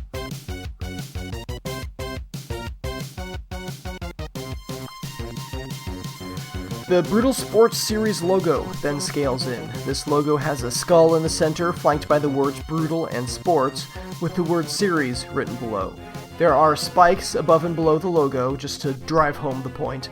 The word football slides in from the side of the screen toward the bottom. This is in the college-style blocky font, and the interiors of the letters seem to be recessed, with a black to yellow gradient inside. A lot of the text in the game uses a similar style, blocky letters with recessed colored interiors. Copyright information is at the bottom in a small yellow font, and it includes Telegames, Millennium, and Tech, licensed by Atari Corp. If you hit the B button, you will be taken to the main menu, but let's not do that just yet. Let's sit and wait for a while, maybe about a minute and a half. A demo mode will start. It'll go through the menus, selecting League Mode, picking the Slayers, selecting Controller Mode, and starting a game. These are 3-minute matches, and as far as I can tell, have random outcomes. They play the same teams, the Vandals, the Fiends, the Maulers, and finally the Hotheads. It says Hotheads, which is a lizard team name, I believe, but it actually plays a Rhino team. That's confusing. So the matchups are the same, but the outcomes can differ. Sometimes the computer player 1 wins, sometimes it loses. You can stop the demo at any point by hitting the B button. You can also toggle the music in the game, but you can't pause it or mess with it any more than that. After it's completed all 4 games, we go back to the very beginning, the Telegames vanity screen. Let's go ahead and hit that B button now, and we get to the main menu.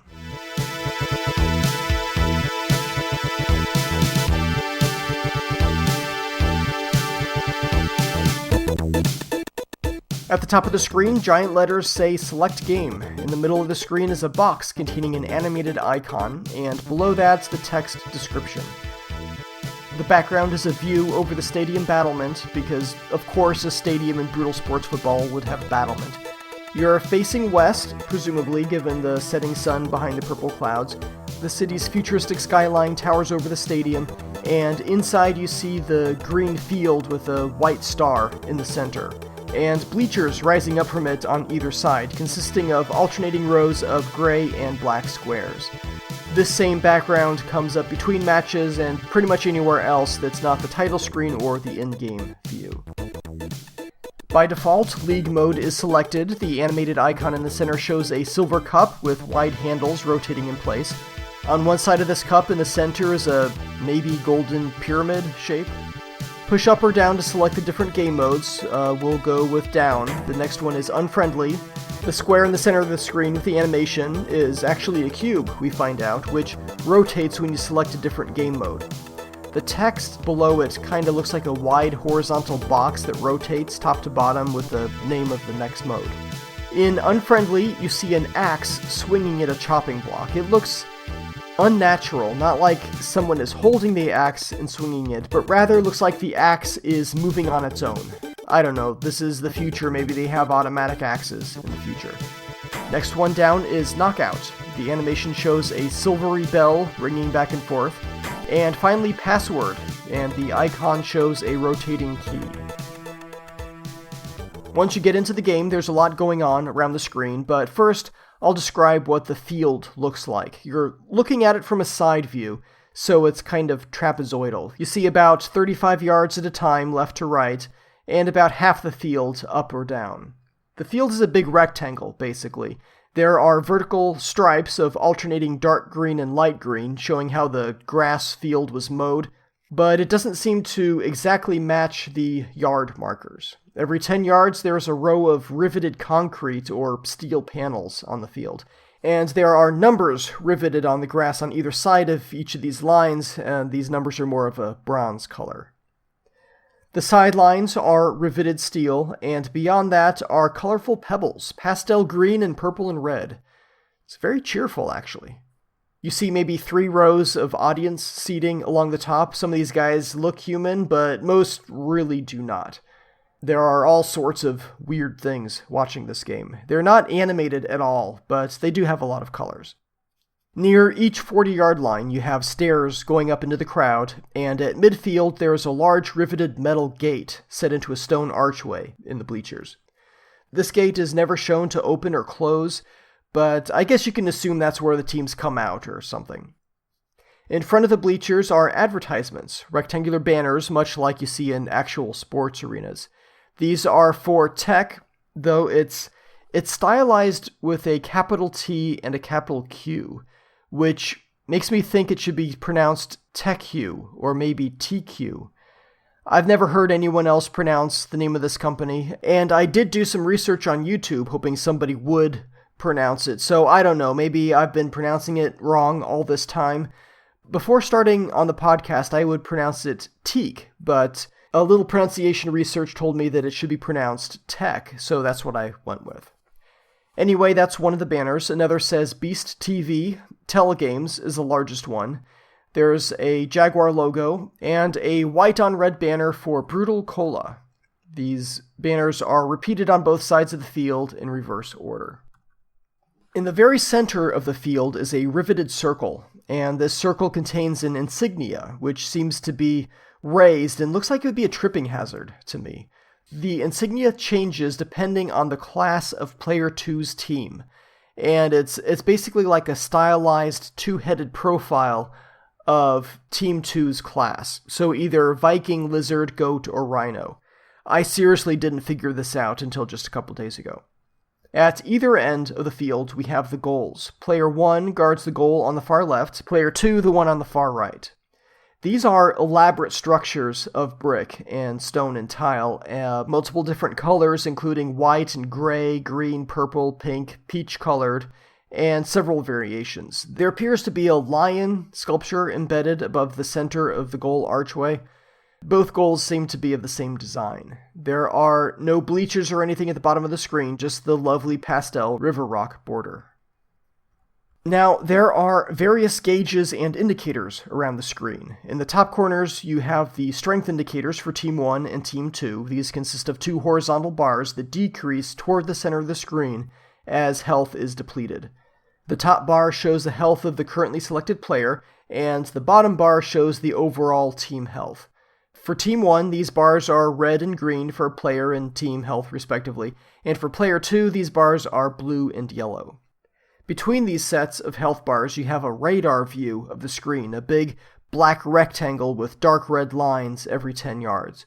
On this screen, the solid white dot is the ball. You have 2 flashing colored dots representing the currently selected players.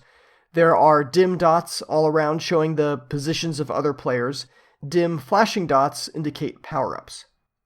To the right of the radar screen is the timer, with blue numbers in a faux 7-segment LED style, counting down from 7 minutes. The clock only stops for goals and resumes once the Minotaur guy pitches the ball into the air. In sudden death overtime, the radar and clock are replaced by the text sudden death and match over when the, match is over. In demo mode, the clock is replaced by the word demo. The bottom left corner of the screen shows the currently selected power-up icon for Player 1, if any, and next to that, Player 1's score, in the same blue 7-segment LED style. The bottom right corner does the same for Player 2.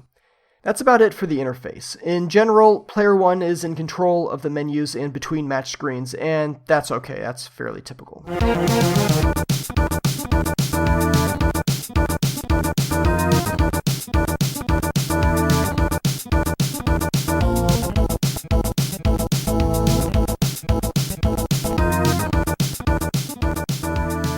The game's animation is pretty solid, especially when a player is running. The Vikings' beards wave, the lizard tails undulate in a realistic manner, and the rhinos have flowing white locks of hair. All the characters' strides are long and powerful and smoothly animated, though the side view is noticeably better than the front or back view when they run to the top or bottom of the screen, so sidelines on the field. They feel a whole lot slower running up or down. I'm sure it's proportional, it just feels slower. The field can be jerky as it moves back and forth, and I've seen some genuine slowdown when you have a lot of stuff going on at once, like 2 active power-ups and a lot of jumping and tackling near the end zone. Although the 1P and 2P icons flash when they have the ball, it's not much of a visual indicator in the middle of a match, so it can be hard to tell if you have the ball or not. You could be trying to punch someone only to pass them the ball, which is entirely not what you intended. The ball, if I hadn't mentioned before, is an oblong shape, like a rugby ball or American football. No laces, though. When the ball is pitched, or thrown, it doesn't tumble, but when kicked or knocked loose, it does tumble end over end. I noticed the way the ball bounces is not consistent, which is good because in real life an oblong-shaped ball will definitely bounce in different ways depending on how it lands. Everything has a shadow in this game, everything, even static features on the field. The character's shadow animations match the source, and the ball's shadow animation matches the rotation of the actual ball, and is very helpful in determining where the ball will land. Don't watch the ball when trying to field a kick, watch the shadow. After a player stops moving or performs some sort of action, they'll pant a few times, taking deep breaths. After a score, the scoring team cheers, and if a team accidentally scores on itself, the player at fault will sob. Computer-controlled goalies may repeatedly try to tackle the cheering opponents, but those tackles always miss. There is no damage done during celebrations. Still, it's just the kind of sportsmanlike behavior you'd expect in a game called Brutal Sports Football. The sounds are fairly minimal, but, in the middle of a fierce game you don't notice. The crowd reaction to a hit is, in my opinion, the most memorable sound in the game. It's what stuck with me over the years. Aside from that, there are 2 other crowd sounds, a background roar, and a louder roar after a leaping catch. They can stay at these levels until something else happens, which, it always does. The music is just fine. I wish I was able to get a longer version of the title track. It seems like it should be longer, but always fades out when it's time for the demo, and I couldn't find a way to get it to play any longer. The in-game music can seem repetitive, especially in high-scoring games, because you have the same kickoff, or tip-off, or whatever, music, and the in-game song starts over. The in-game song is actually a little over 2.5 minutes long, so you need a pretty low-scoring game to hear all of it.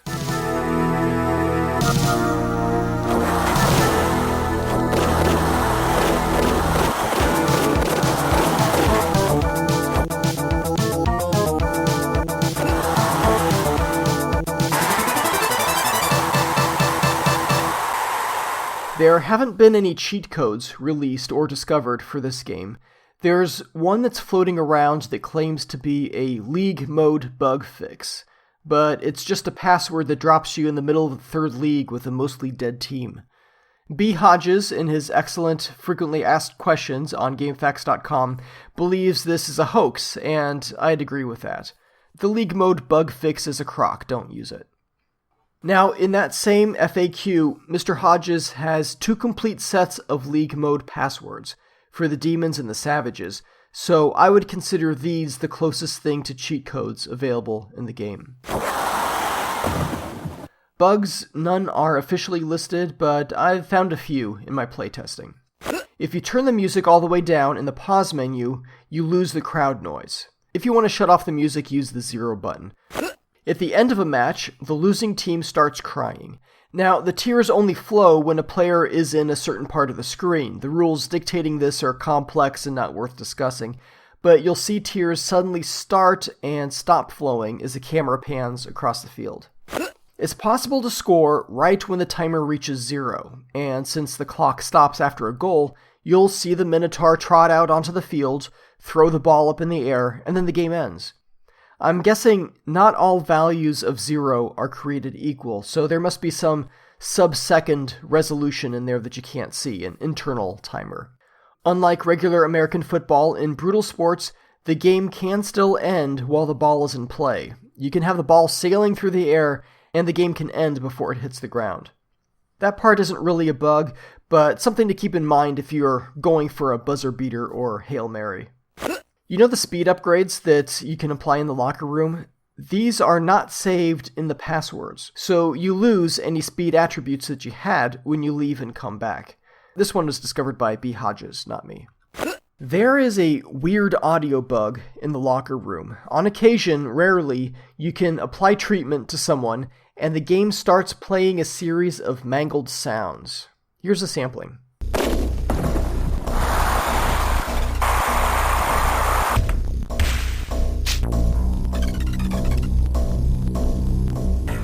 It seems kind of like a distorted sound test. It'll go on like this for 2 full minutes and then stop on its own, or you can move around the locker room and raise and lower doors, and that'll stop it. But weird though, right?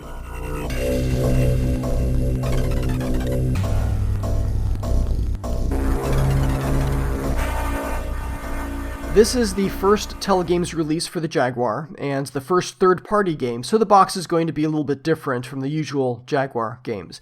The layout is pretty similar. There are just details that you can nitpick if you want, so let's do that. The box is predominantly black and has big and bold artwork front and center. This shows, well, you know the victory screen I described before? This seems to be a hand-drawn sketch of that, with a few details added. The right arm, raised in victory, is holding a sword, and the left hand, which was a fist before, now has a football in front of it, like he's holding the ball but without using any fingers. This guy is standing in front of a screenshot of the game, not an exact screenshot, at least not the finished version, because the advertising banners are slightly different. There's an Atari one here, white on burgundy. The word brutal appears at the top of this artwork on a curve, layered above the screenshot but below the sword-bearing fist, in red block letters on a white outline. The word sports football are below in light blue letters covering the player's abdomen. There's no shadow or outline around these words, so they're kind of hard to read. Well, sports is, at least. The word football is on a separate line below the screenshot against the black background, so it's perfectly legible there. To the bottom left is what looks like the same screenshot as behind the player sketch, just smaller, and with a rounded TV shape you typically see in the bottom left corner of Jaguar games, but different. Here's where the nitpicking comes in. The shape is different. On regular Atari releases, for example, the centers bow out past the corners, so it's a better approximation of an old CRT TV. Here it's just a rounded rectangle. In the bottom right corner, more nitpicking, the Jaguar logo with the yellow circles reading 64-bit are quite a bit smaller, and some of the slash marks on the R are cut off. Finally, interactive multimedia cartridge along the bottom is in a larger white font instead of the smaller red letters on Atari released games around this time. Atari's design does change slightly later on. There is a Jaguar hologram sticker on the front, showing the animal leaping at you, mouth open and left paw reaching for you in the foreground. And being a hologram, you can rotate it back and forth to get a bit of depth behind that outstretched paw. Around the back of the box there are 3 additional screenshots, staggered with paragraphs of white text. The top left screenshot is the Select Team screen, with the Warlords currently displayed. And the screenshot center right shows player 1 right after scoring a point, closing the gap in score 3-4. And finally, the screenshot in the bottom right shows match over, and the player 1 Vikings have lost. Given the colors, this looks like an unfriendly game, Slayers vs. Lizards, with a score of 12-2. In the bottom right corner of the box, above the UPC, is the white on red Telegames logo. The horizontal Atari logo is in the bottom right, next to the copyright and trademark fine print. Here's what the text of the box reads. There are some bullet points in the middle section, but they're in paragraph form, not on separate lines. Okay.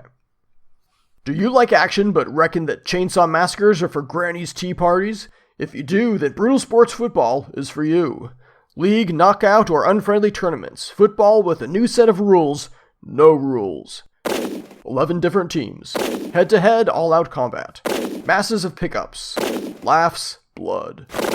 This is an all-action crush 'em, stomp 'em, no-holds-barred game of mutant football where heads roll and where injury time means just that.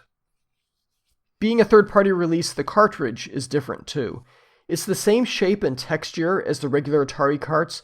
The plastic seems to be the same, except on the back of the cart, regular Atari releases have the horizontal Atari logo embossed across the back, large Fuji symbol in letters, and the Brutal Sports Football cart has nothing, a smooth surface where the embossed Atari would otherwise be. The label itself is very simplistic. The word brutal is in a red blocky font with a white border, and sports football much smaller in blue letters. This is on an all-black background, very plain. The only other thing is the copyright 1994 Telegames. Oh, and mine has a small dent over the screw hole in the corner, so I guess there's that. Not so plain after all. Speaking of very plain, let's talk about the manual. It feels fine, about the same stock as other Jaguar manuals, better than some, but there's not much of a design to it. Its grayscale color has the artwork from the box, and there are no slash marks on the back like the Atari-produced manuals. There is absolutely no artwork within the manual. Atari-made manuals have illustrated backgrounds or pictures of things from the game, but here it's just text. In its 12 internal printed pages, it talks about the history of brutal football, loading instructions, rules, basic moves, pickups, the radar screen, which it calls the state of play panel, formations, the different game modes, and a rather lacking description of the locker room. The manual devotes a couple pages to the different classes of teams, the 4 different classes, and it doesn't contain much useful information, a lot of historical stuff that I didn't bother to mention in this episode. Names of best and worst teams and stuff like that. The back page lists other Telegames titles for the Jaguar and Lynx, the other Jaguar titles being World Class Cricket and Ultimate Brain Games, neither one actually finished and released. At one point in the manual, it talks about pressing the start button, which you know the Jaguar lacks, so not a very good manual, in my opinion.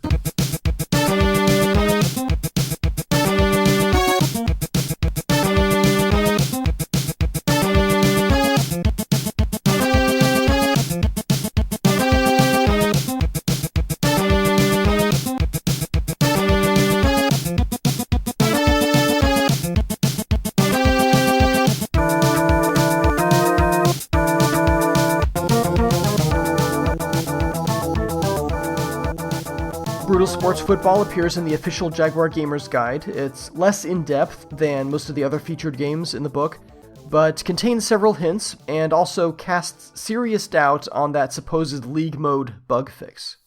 I didn't see any print ads for Brutal Sports Football, specifically in US publications. It's entirely possible that I missed them, though I did find one in an issue of the UK mag Ultimate Future Games.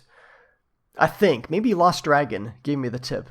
Regardless, this is an interesting ad because while it's mostly devoted to Brutal Sports Football, there are several other games, many of which ended up being vaporware. Jaguar roars with telegames, it says at the top. I won't read the full copy, but it contains a mock-up of the box art and a couple screenshots, and in big letters it says, "It's not football, it's not mortal, it's fast action 1 or 2 player fun." There are a couple titles which it says are coming December, January, Sensible Soccer and Ultimate Brain Games. Sensible Soccer was shown off at the January Consumer Electronics Show, but I don't know when it was actually available, and Ultimate Brain Games, as I mentioned before, was never released, but there's a screenshot of the title screen, which is a lot like what you see in the alpha version. There's a preview column along the right edge of the ad, where they show off other Jaguar games presumably under production, and this includes not only Ultimate Brain Games, but James Pond 3, Wild Cup Soccer, though the screenshot is from a checkers variation in Ultimate Brain Games, World Class Cricket, Casino Royale, and International Sensible Soccer. There are a few Telegames Lynx titles in this ad too, Desert Strike, Double Dragon, Super Off-Road, a brief write-up on Bubble Trouble, and a few other games, but this isn't a Lynx podcast, it's a Jaguar podcast, so I'll move on. In an Atari-sponsored promotional insert in Electronic Gaming Monthly, there's a little section for Brutal Sports Football. It has a little blurb, a review quote, a couple of screenshots, and the text at the bottom reads, "It's 4th and long, call a bomb, light the fuse." A little misleading because there are no downs in this particular flavor of football. I found 3 separate previews of the game in 2 separate issues of Electronic Gaming Monthly. In issue 59's Next Wave, there are a couple of paragraphs and a screenshot that looks like an early version or maybe a mock-up. The health bars are different, there are no scores on the screen, and the timer reads 7:29, which isn't possible because the games are only 7 minutes in length. EGM issue 61 has a full-page preview with 7 screenshots. They look more like the released version. The text gives a brief overview saying the fundamentals may very well be mixed up with soccer, and since the game doesn't have regulations to stop the clock during play, the intense action doesn't stop until the very end. It's not how you win or lose the football game, it says, it's just how much your opponent cries after being beaten. Finally, from EGM, there's a quick preview elsewhere in issue 61 with a single screenshot saying Brutal Sports Football is not your ordinary football game. Let's dig into some actual reviews. In Electronic Gaming Monthly, they didn't review it at all. 3 previews, no actual review. That's fine, we still have GamePro to fall back on. Issue 63 for October 1994 contains the review, where the ratings are broken out by categories on a scale of 1 to 5. Graphics 4.0, Sound 4.0, Control 4.0, and Fun Factor 4.0. 4s across the board. With the current flood of look-alike sports titles, it says, this current effort stands apart from the serious sports crowd. It's a fun, frenetic game that roars on the Jag. Digging into the text, the reviewer, who is nicknamed the Eternal Cheesehead, acknowledges the Amiga ancestry and influences from American football, rugby, and soccer. It says the controls are responsive, the graphics are great with impressive use of color, and the CD quality music is varied and complements the game's violent theme. The downsides he lists are the character graphics being of average size, the slightly choppy scrolling, and the immobile background crowd. He ranks it up there just behind Tempest 2000 as one of the best games on the Jag. Wow. It's just a single-page review, but he still manages to pack in several pro tips. If you're losing by a wide margin, concentrate on wiping out your opponents. When your goalie takes possession of the ball, kick it downfield immediately. In the unfriendly mode, always use the animal teams for best results. Whether you win or lose, you'll get money for scoring points and nailing opposing players. The Lightning, Ice Cube, Fist, and Rabbit are the most valuable power-ups. Avoid the Turtle power-up. The first player you should eliminate is the goalie. Once he's gone, it's a lot easier to score. These are all very good tips. There is a postscript to this review that I like to mention. In a YouTube review of the game by Arethius, there's a comment by this actual GamePro reviewer. This was about 7 years ago. In his comment, he wrote, quote, I reviewed Brutal Sports Football for GamePro back in '94, and I really loved the game. I had as much fun creating violence and mayhem and killing the opposing players as actually playing the sport. Sport is in quotes. I think I was the only professional game critic to like this game, but I've always supported the underdog. But I like fast arcade games, and I like multiplayer games where you can beat up on one another. End quote. Very nice. Since he mentioned it, let's take a look at these other professional game critics. The 3 reviewers from Die Hard Game Fan rated the game 70%, 71%, and 72%. I don't have any more information on that, I'm afraid. Let's take a look at, Atari ST user. I usually don't talk about that one. Reviewer Tina Hackett covered the game in the September 1994 issue and gave it a final score of 90%. She says it is faster and smoother on the Jaguar than it is in the computer versions of the game, and calls it a, quote, fabulous mix of sports action and beat-em-up brutality. Looks great and plays like a dream, end quote. Video Games and Computer Entertainment magazine gives it a score of 7 out of 10, and German magazine Mega Fun is the lowest contemporary review I could find, rating the game 48% for graphics, 49% for sound effects, and a fun factor rating of 55%. I do not speak German. I have a hard time with that language for some reason, so from what little bits I plugged into Google Translate, this review is basically just the facts, very light on commentary, so I can't say why those scores are so low. Atari Explorer Online included a review of the game in their September 1994 issue by Tal Funkabilu. He rated graphics 7 out of 10, saying that it's nothing amazing but very nice. Playability he rated 9 out of 10. Sound 6.5 out of 10. Value 4 out of 10. Apparently it retailed for $70. And I know I didn't pay that much. I paid 60 tops. His overall score, 7.5. He said that his brother and about 6 of his friends had a 6.5-hour Brutal Sports Football session last weekend. Wow. One last thing before I move on to modern reviews. In issue 68 of Electronic Gaming Monthly, they started running a sales chart of the top 10 games as reported by US retailer Babbage's, where Brutal Sports Football debuted at number 9. Okay, so as far as modern reviews go, the Video Game Critic gives the game a B-, saying that it has an interesting concept and sharp graphics, but the animation is rough and the frame rate is uneven. On Atari Age, there are 4 external reviews listed, with a low of 20% and a high of 65%.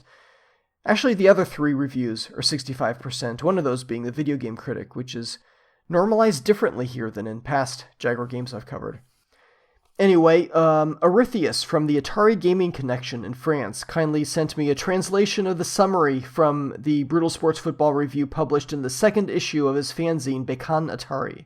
I am much better with French than I am with German, but having the English translation is super convenient. He says, despite all its flaws, Brutal Sports Football is a game that can often be replayed. Why? It is fun. Brutal Sports Football is a technically okay game, but original and fun. Of course, you need a certain dose of sadism to play it. Not everyone might like to see their heads flying in the air, but for me it is one of the most fun games on the Jaguar. It does provide lots of items such as the thunder, the fireballs, the bombs. They are well made and effective. The sudden death, which must be taken literally, will break more than one, again literally. And on top of that, the difficulty is progressive, which provides the will to progress. Let me summarize. Fun is the main asset of the game. Original, technically okay. Alright, one other modern review I'd like to mention. BTB has another excellent Jaguar video on YouTube playing Brutal Sports Football with an old friend of his for the first time. Always great stuff from BTB, so there's a link just waiting for you in the show notes for that. Overall, this game is not that hard to find, and not too expensive when you find it. Video 61, though, makes me a liar by selling the game new in box for $99.95. BNC Computer Visions has it listed new for $29.95, and the GOAT Store $55 new, $30 used. I see a few recent sales on eBay, loose for between $15 and $30, complete for between $30 and $40, and brand new in a crushed box for $43. Brutal Sports Football, as I mentioned, almost existed as Beast Ball on the Sega Genesis and Mega Drive, and saw actual releases on the Commodore Amiga, separate versions for what I'll call the A500 and the 1200 AGA versions, a version for the CD32 console, and a port for DOS-based PCs. I don't own any Amiga hardware, and forgot to try out the game in DOS, so I had to rely on YouTube videos to get a feel for the various versions. Among all these, I believe the A1200 version, AGA version, is most similar to the Jaguar. While I don't have direct confirmation on this, I'd venture that the Jaguar was based off of this port. There do seem to be some vestigial bits of text from the Amiga port embedded within the Jaguar version's ROM image. I see swap disks and loading. There's also some text which I found in the ROM but couldn't find within the actual game, and this is what it reads. For those watchers new to Beast Ball, the scoring in the league is as follows.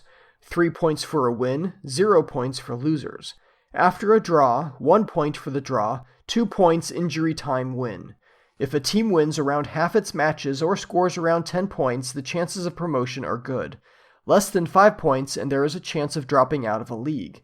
Remember also it is a very tough game out there. Even if a team is winning on goals, losing most of its players will cost the team the game. I actually used this as the basis for some of my research. One more little bit of text that I found, and that's the word cheat. Are there actual cheat codes still hidden somewhere in the Jaguar version? There very well may be. Back to the different ports.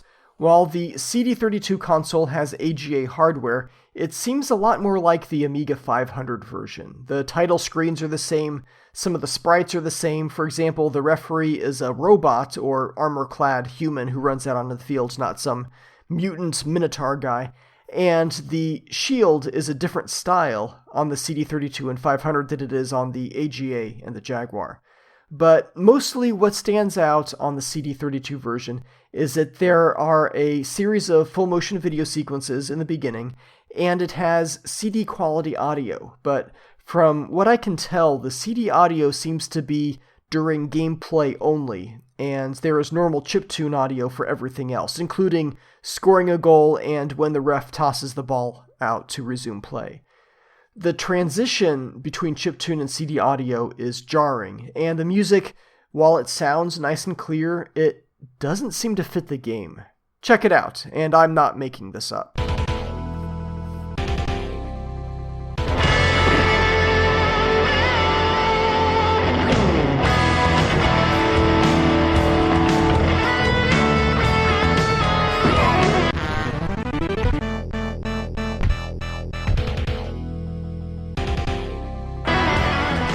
There's a review of the 32X version on Digital Press which says, quote, "Mere words do nothing to describe the atrocious music that plays during this game."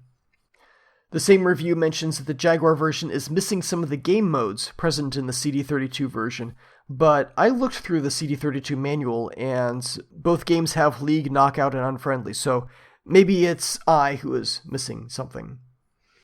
I will tell you what the Jaguar version is missing compared to some of these other ports. There seems to be more grunting noises on the AGA and CD32, maybe the Amiga 500 as well. Edit. And stereo separation, apparently, as I listen to it. The Jaguar version is just mono. End of edit. There is more detail on the football in these non-Jaguar ports, like stripes around either end and laces. It looks nice. The Jaguar is the only version that doesn't encase the opponents in solid clear blocks of ice when you use the Ice Cube power-up, and the heads-up display on the Jaguar is different as well. On the non-Jaguar versions, there's a gray bar covering the top part of the screen showing health, scores, power-ups, and the radar, with the game clock floating below that in the center of the screen. The numbers for the clock and the scores aren't modeled after 7-segment LEDs, but instead look more like analog odometers. I think the LED style is easier to read at a glance.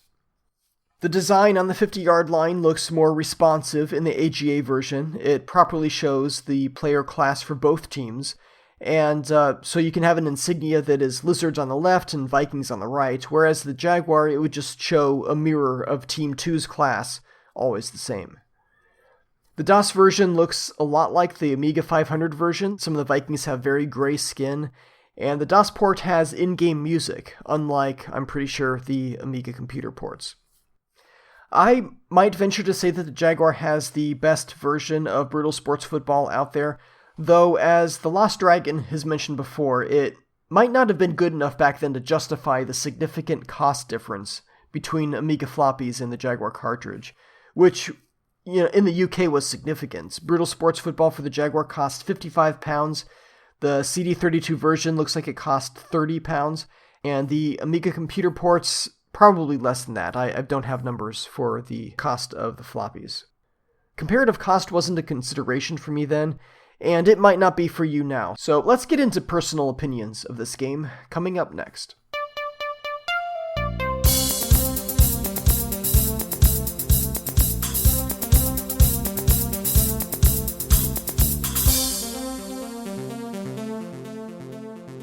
I'll be honest with you, I totally prejudged Brutal Sports Football as a meh title for the Atari Jaguar.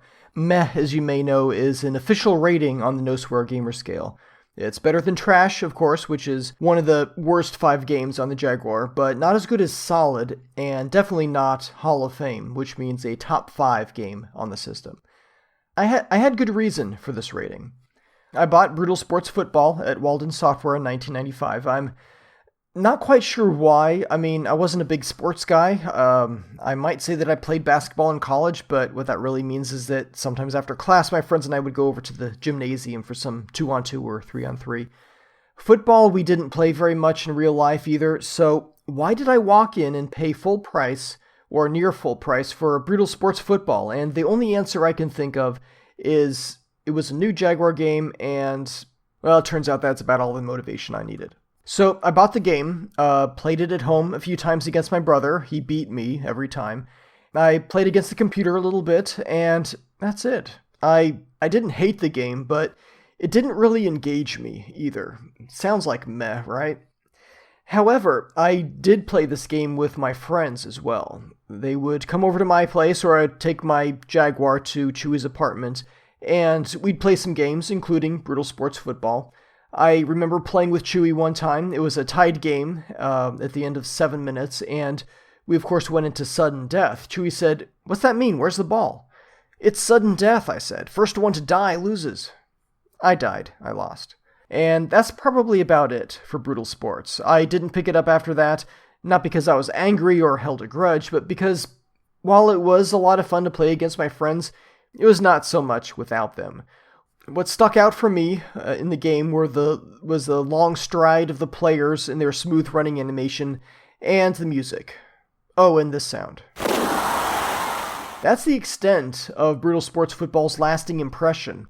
And it wasn't until deep in my playtesting research that I discovered how much there actually is to this game. Doing this podcast, I tried to coax the nuance out of each title to get inside its 2 or 4 megabyte brain and really understand it. I learned so much in the process. I learned about the different game modes. I had only played Unfriendly before. I knew that League existed, and basically that it's a one-player game, but that's about it. I had no idea what knockout mode even was. I hadn't seen most of the power-ups, and I hadn't developed any strategies for playing against the computer. Let me give you an example. I found that if you're lined up with it, you can kick the ball into the opponent's goal from between the 43 and 37 yard lines.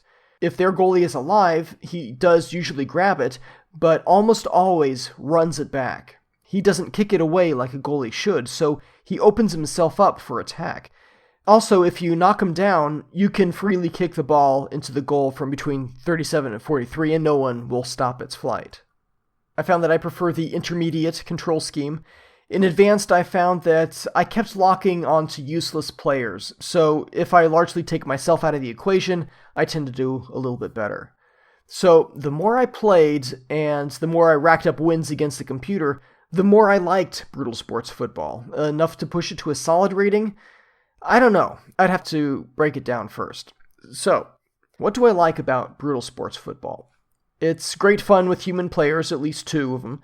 If you have more, a knockout tournament could be a good party game if everyone's willing to play such an old game, and to put up with the occasional choppiness and slowdown. I think the animation is solid, especially the running. As I said, that's one of the things that really stuck with me, the running animation. I think the music is good, and you can really appreciate it after checking out the other ports of the game. The ball physics are pretty good. It can take some unexpected bounces depending on the angle. I love the power-ups. There are some pretty clever power-ups in there, and they really add a lot to the game. But, I said I'd save the buts for later. What other likes? That might be about it. So what do I not like about the game? The power-ups, in my experience playing Unfriendly mode, you don't see some of the more interesting power-ups. No lightning or ice or running ball. I kept getting the same power-ups over and over. The slowdown. You lose playability without a consistent frame rate. This does not reflect well on the Jaguar's hardware.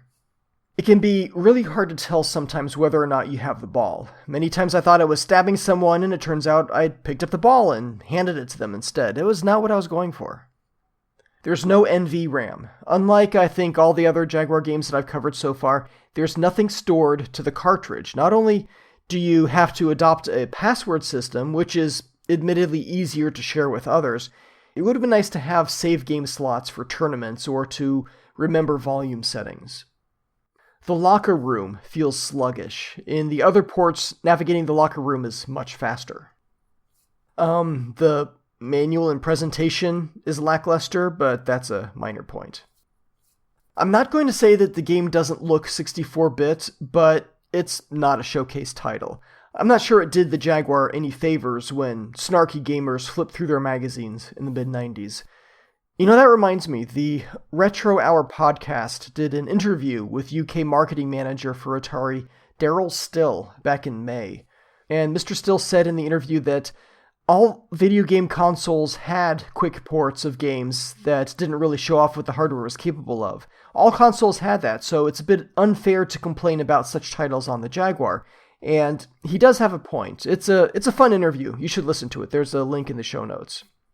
So, boiling it down, I'm going to give this game a solid rating, especially if you have someone with a pulse to play against. This game's a blast, and that's what counts. It's a decent challenge by itself, too. You know, I rather abhor violence, dismemberment and decapitation especially, and I thought going in that my distaste for that sort of thing, especially in my old age, would really turn me off in brutal sports. But even though there's blood, it's so cartoony and silly that it's sufficiently detached from any real acts of violence. Besides, the rules totally change if you can recapitate someone, so in the end, solid. But that's just my opinion. What do you have to say? Over on Facebook, BTB says solid, very unique and great to play with a buddy. Not really a sports game kind of guy, but I always loved the sports games that had a crazy twist to them. To me, NBA Jam would be the best sports game with a twist, and I would have to say Brutal Sports Football is second. Lee also says solid, and Björn agrees, saying it's a solid game, fun to play, especially in the two-player mode. Michael posts that he's looking forward to this episode, and I hope it was worth the wait, Michael. On the various forums, links to which you can find near the top of the show notes, Dr. Clue says, love that game and had many hours of fun playing it with friends. Have to write up on that as well. I'm sorry, Dr. Clue, if you sent a write-up, I couldn't find it. Lost Dragon says, it's probably going to feel like the canned Genesis version, but running faster/smoother, but still a game far, far more at home on a system like the Genesis, Sega CD, or Commodore A1200/CD32 than a 64-bit system. We saw the Genesis have games like Pigskin Football, Mutant League Football, etc.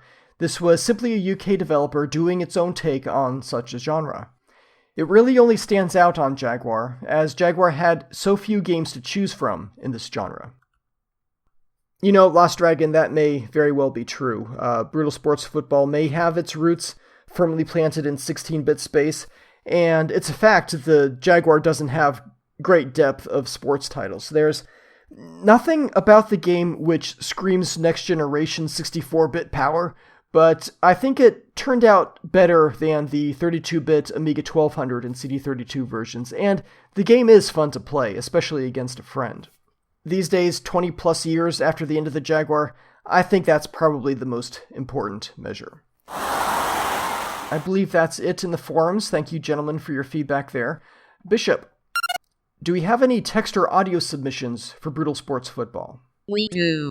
One text and one audio submission. There is also general feedback. Cool, please send those my way. Brutal Sports feedback goes first.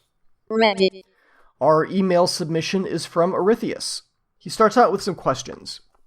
Would you mind if your listeners send you some specific questions for the future episodes?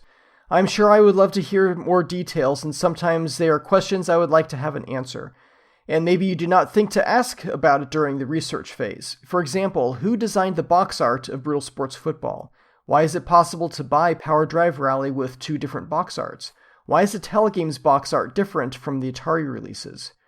I do not mean to be rude, but maybe some of us would ask questions you would not imagine. That is not rude at all, Arethius, and it does raise a good point. There are definitely things that I might not think of during my research, and I do publish a list of upcoming games that I'll be covering and read those off later on. So, yeah, if you have specific questions, I would love to try to get them answered. For example, you mentioned Power Drive Rally. I haven't done any research on that one yet, but I had no idea there was different box art for that game. I was not able to find answers for your Brutal Sports questions regarding box art. The design is obviously derived from the victory screens within the game, and as far as the box art design from Telegames, the layout, Atari apparently didn't provide them with a layout template, but I'm sure Atari had guidelines for third-party developers to use, so Telegames had to create their own implementation of the specific box art design. I don't have a solid source for this, it's just conjecture and hard to verify at this point, but from what I've seen, that makes sense. Moving on to the rest of the email, Arethius says, I hope you're doing well, and congrats on the Rebooteroids episode. As usual, it was a great one. Thank you. This time you are covering Brutal Sports Football, and man, I just love this game, and I can't wait to listen to the podcast. Brutal Sports Football is simply one of my favorite two-player games on the Jag, if not my favorite two-player game. I owned the game since the 90s, a few months after getting my Jaguar as a Christmas present, and my brother and I played it quite a lot. He is better than me in almost every sports title, so every time we played, he destroyed me, by the score, not by head count. At the time, my English skills were very poor, and I could not read the manual, so I discovered pretty much by accident that you could win the game by killing almost every player of the opponent team. So it became my strategy against my brother, and sometimes it worked. Not always, though. My brother played the game a lot. He went up to the first league, but lost interest at that point. We also had a PlayStation at home. I was able to go up to the second league, but I was not able to go further. This game is just perfect for two teenage boys. It is simple, fun, and violent. What else would a 16-year-old boy dream of in a video game except that? With all the time we spent playing brutal sports football, we develop a technique, so here, I don't know if maybe this is known from everyone, but if you kill the defense, you can score quite easily. By the engagement, when the referee drops the ball in the air, you grab the ball, run 10 yards, and kick the ball with the C button. It'll fly directly into the goal.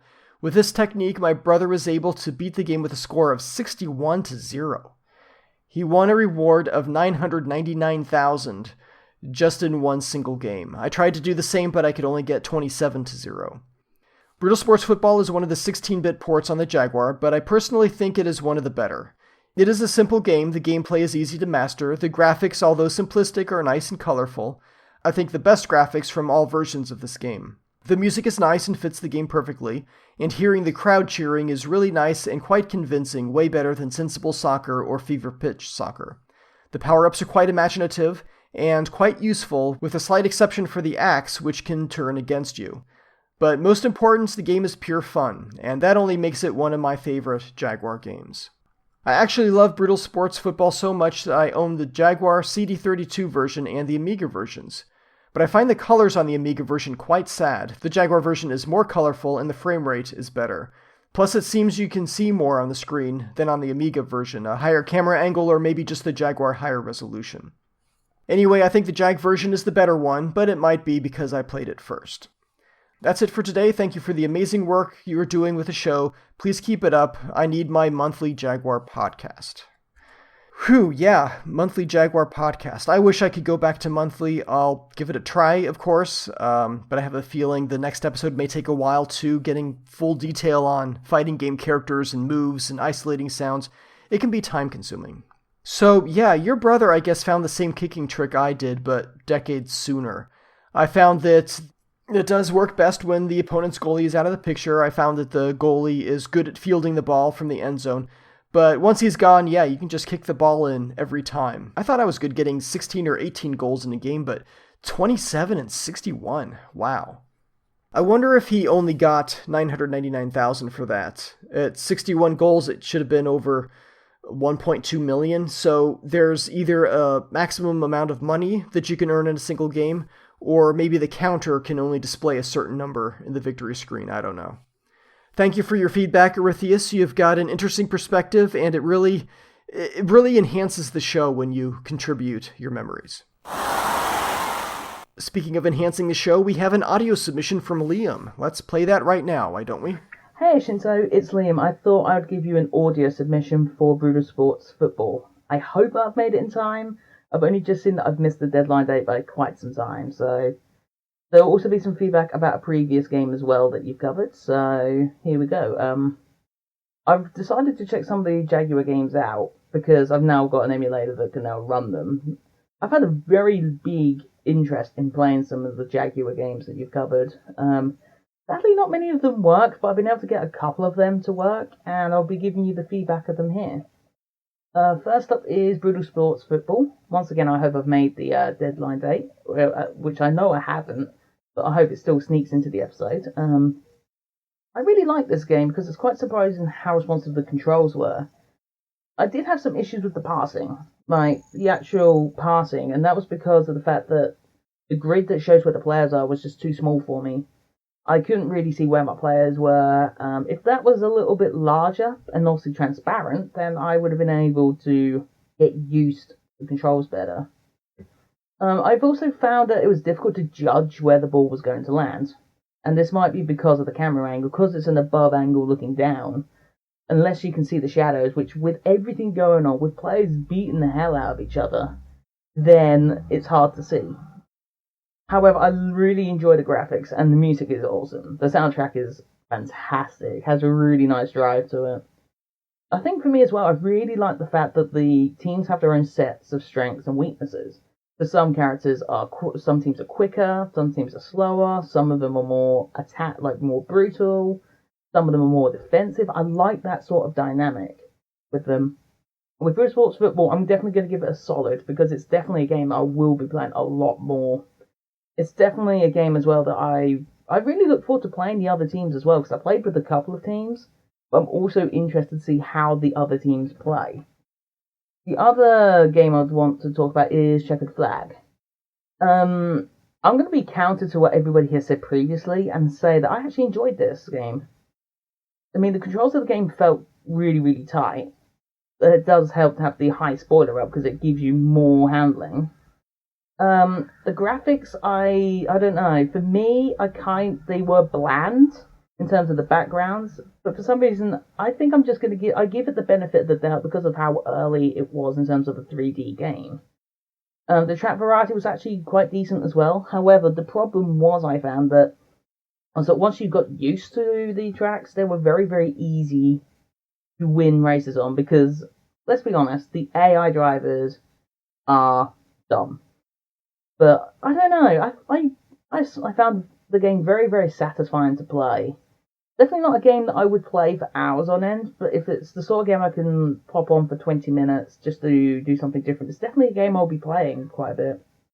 I will be the first person to rate this game as solid, because given the game the benefit of the doubt in terms of the graphics, the controls are good, the tracks have a good amount of variety, yes, the AI drivers are dumb, but it allows you to get used to everything. So, I'm going to give the game a solid. Really enjoying the podcast, really looking forward to the upcoming episodes, especially Rayman, because I've been playing that a little bit recently, and I've got quite a few things that I can say about that game, so looking forward to more episodes of the Atari Jaguar Game by Game podcast. This is Liam Piper, signing off. When I set a submission deadline for recent episodes, it's turned out to be pretty optimistic with plenty of time left over, but I'd rather have a target and miss it than be totally vague and not give you anything, so no worries about missing that old deadline. I totally missed it too. I've found that for passing, when you hear someone say here, you can usually throw the ball directly forward and the other player will catch it. Not always, but usually. And you're right about the shadow being hard to pick out among the mayhem. I guess you kind of get used to it.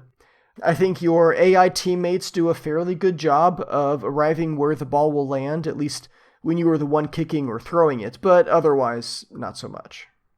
I have to say I'm surprised you had good luck running Brutal Sports Football under emulation. I did give it a try on a couple of computers using Virtual Jaguar, version 2.1.2.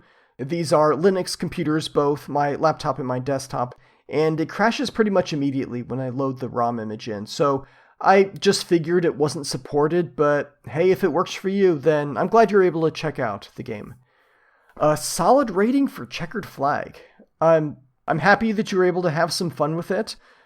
Yeah, the AI is dumb and the graphics are primitive, I think they do the job well enough. My biggest problems, if memory serves, were the inconsistent frame rate and the weird steering bug that would sometimes keep me from turning as much as I wanted to, as much as I could on previous laps. Did you have problems with frame rates, or did the emulator maybe smooth that out a bit? It was mostly going around turns while other AI cars were present. It got pretty choppy, if memory serves. Earlier today, as I record this, Liam posted a link to a review he wrote about Checkered Flag, so I'll include that link in the show notes. Hey Liam, thank you so much for sending in your feedback. Rayman is a ways out. I've done some research specifically for that episode already. It's such a colorful, beautiful game, so yeah, I'm looking forward to that one too. I got some general feedback from Gray Defender. I'm going to go with Gray and not G-Ray, as I have in the past. He was responding to the Rebooteroids episode, and here's what he said. As for the rating system for homebrews, I disagree with you a little bit. I believe what you were saying, not rating a homebrew because it was not an original release, applies to prototypes. you really cannot give a rating to an incomplete game or prototype. However, a homebrew that someone poured their heart and soul into for many months, if not years, to create a completed and polished game deserves to have a proper rating. The no swear gamer scale, I believe, should still apply. Keep up the good work. So incomplete games and prototypes shouldn't get a rating, I agree, but it was a conscious decision for me to do the same with homebrews as well. If you missed the Rebooteroids episode, I mentioned there that I'm not going to give no swear gamer scale ratings to homebrew games, and I kind of got lazy and simply pointed everyone to episode 1, or was it episode 0 of the Atari 7800 Homebrew podcast, and I said that I agreed with Janitor Sean's reasons for not including ratings, but I didn't describe those reasons or elaborate in any way, so I apologize for that, and I'll go ahead and talk about why I don't give ratings to homebrew games. When you have a game that is 20, 25 years old, there are no more first-party sales. Everything is trading secondhand at best. But with homebrew games, new copies are being actively manufactured and sold. The actual developers might see some small income stream from these sales. So, as much as I like the No Swear Gamer scale, to digest a current homebrew game down to a single rating on a 4-point scale does a disservice, both to the game and to the developers. I don't want anyone to look at my single rating and decide based on that alone whether or not to buy the game. Oh, looks like Shinto gave this one a meh, I'll pass.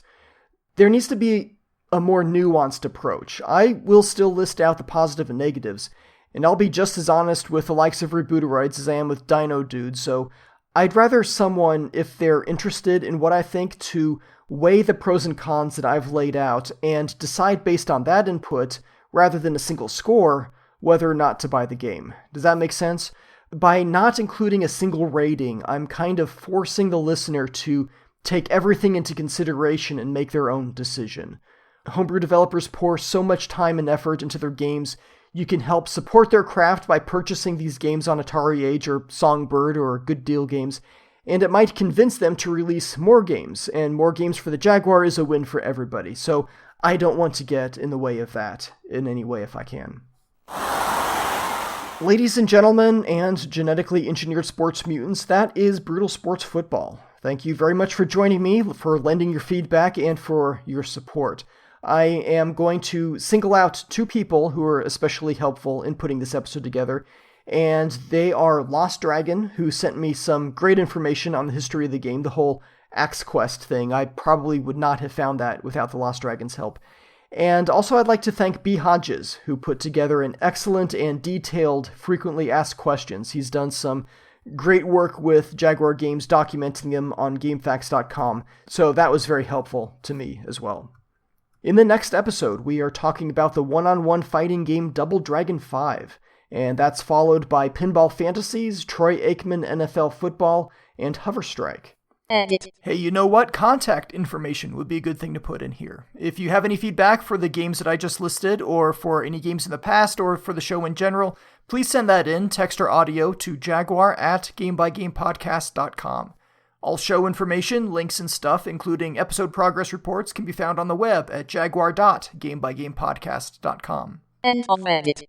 I have a little bit of story time coming up after the music, but whether you listen to that or just want to call it an episode, please remember that there is a lot of good to be found out there in this world of ours, even with widely ridiculed video game consoles. So do try to keep an open mind and a joyful heart. Thank you for listening.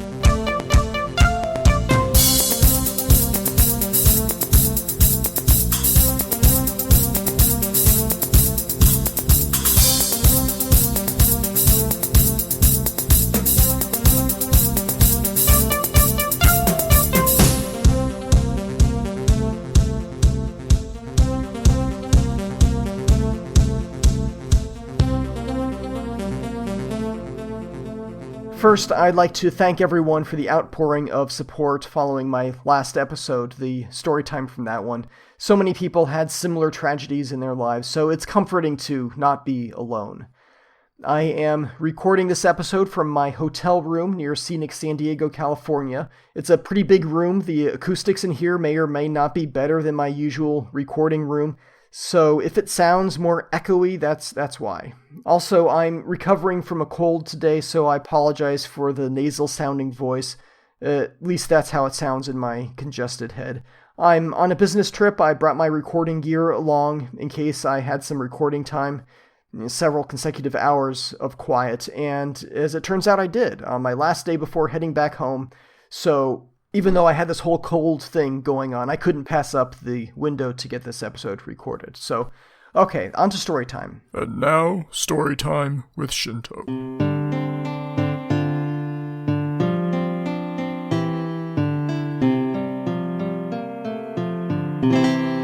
My friends did actually ask to play Jaguar games while the system was out, and I remember one time after we were done with classes for the day at the university, we drove all the way up to my house just to get my Jaguar games and bring them back to Chewy's apartment, which was much closer to the university than my house was.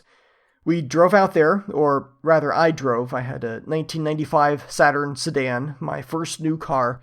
I just bought it a few months prior. I loaded up the Jaguar, controllers, and all my games, including Brutal Sports Football, into a duffel bag, and then we piled into the car and headed back the other way.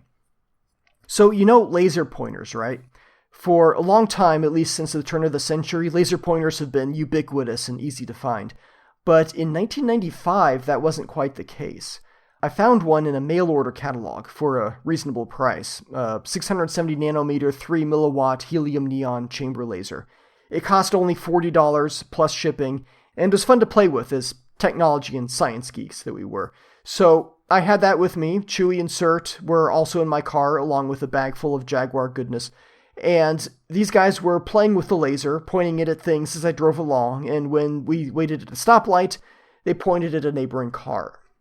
We finished driving the rest of the way to Chewy's apartment, got out the Jaguar, and played some games. The next day, I got a call from the police department. A fellow motorist thought that gang members were pointing laser-sighted guns at them. Remember, lasers in the hands of normal people wasn't commonplace back then, but in movies you saw lasers all the time on firearms. These people took down my license plate number and vehicle description, and that led the police directly to me. It turns out, as the driver, you are responsible for the actions of your passengers. So my friend's stupid behavior was on me. I explained that it wasn't a gun, we didn't have any guns with us, it was a scientific instrument. I gave him the specifications and told him that my friends, yes, were idiots, and I was fortunate to get off with only a warning, no formal charges, which was, in retrospect, pretty lucky.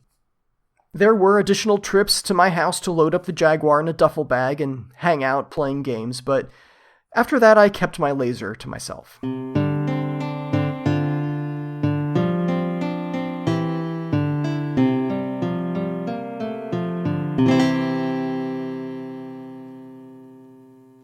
Knockout is a single elimination tournament.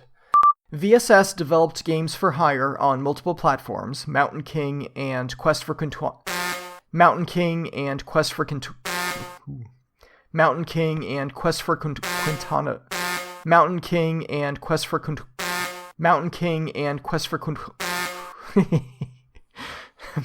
Man, it's a burst of cold air coming through all of a sudden. The AC didn't turn on. Weird. Okay, it's just haunted. Sensible Soccer was shown off at the Jaguary. I actually wrote Jaguary Consumer Electronics Show right here. That's my state of mind.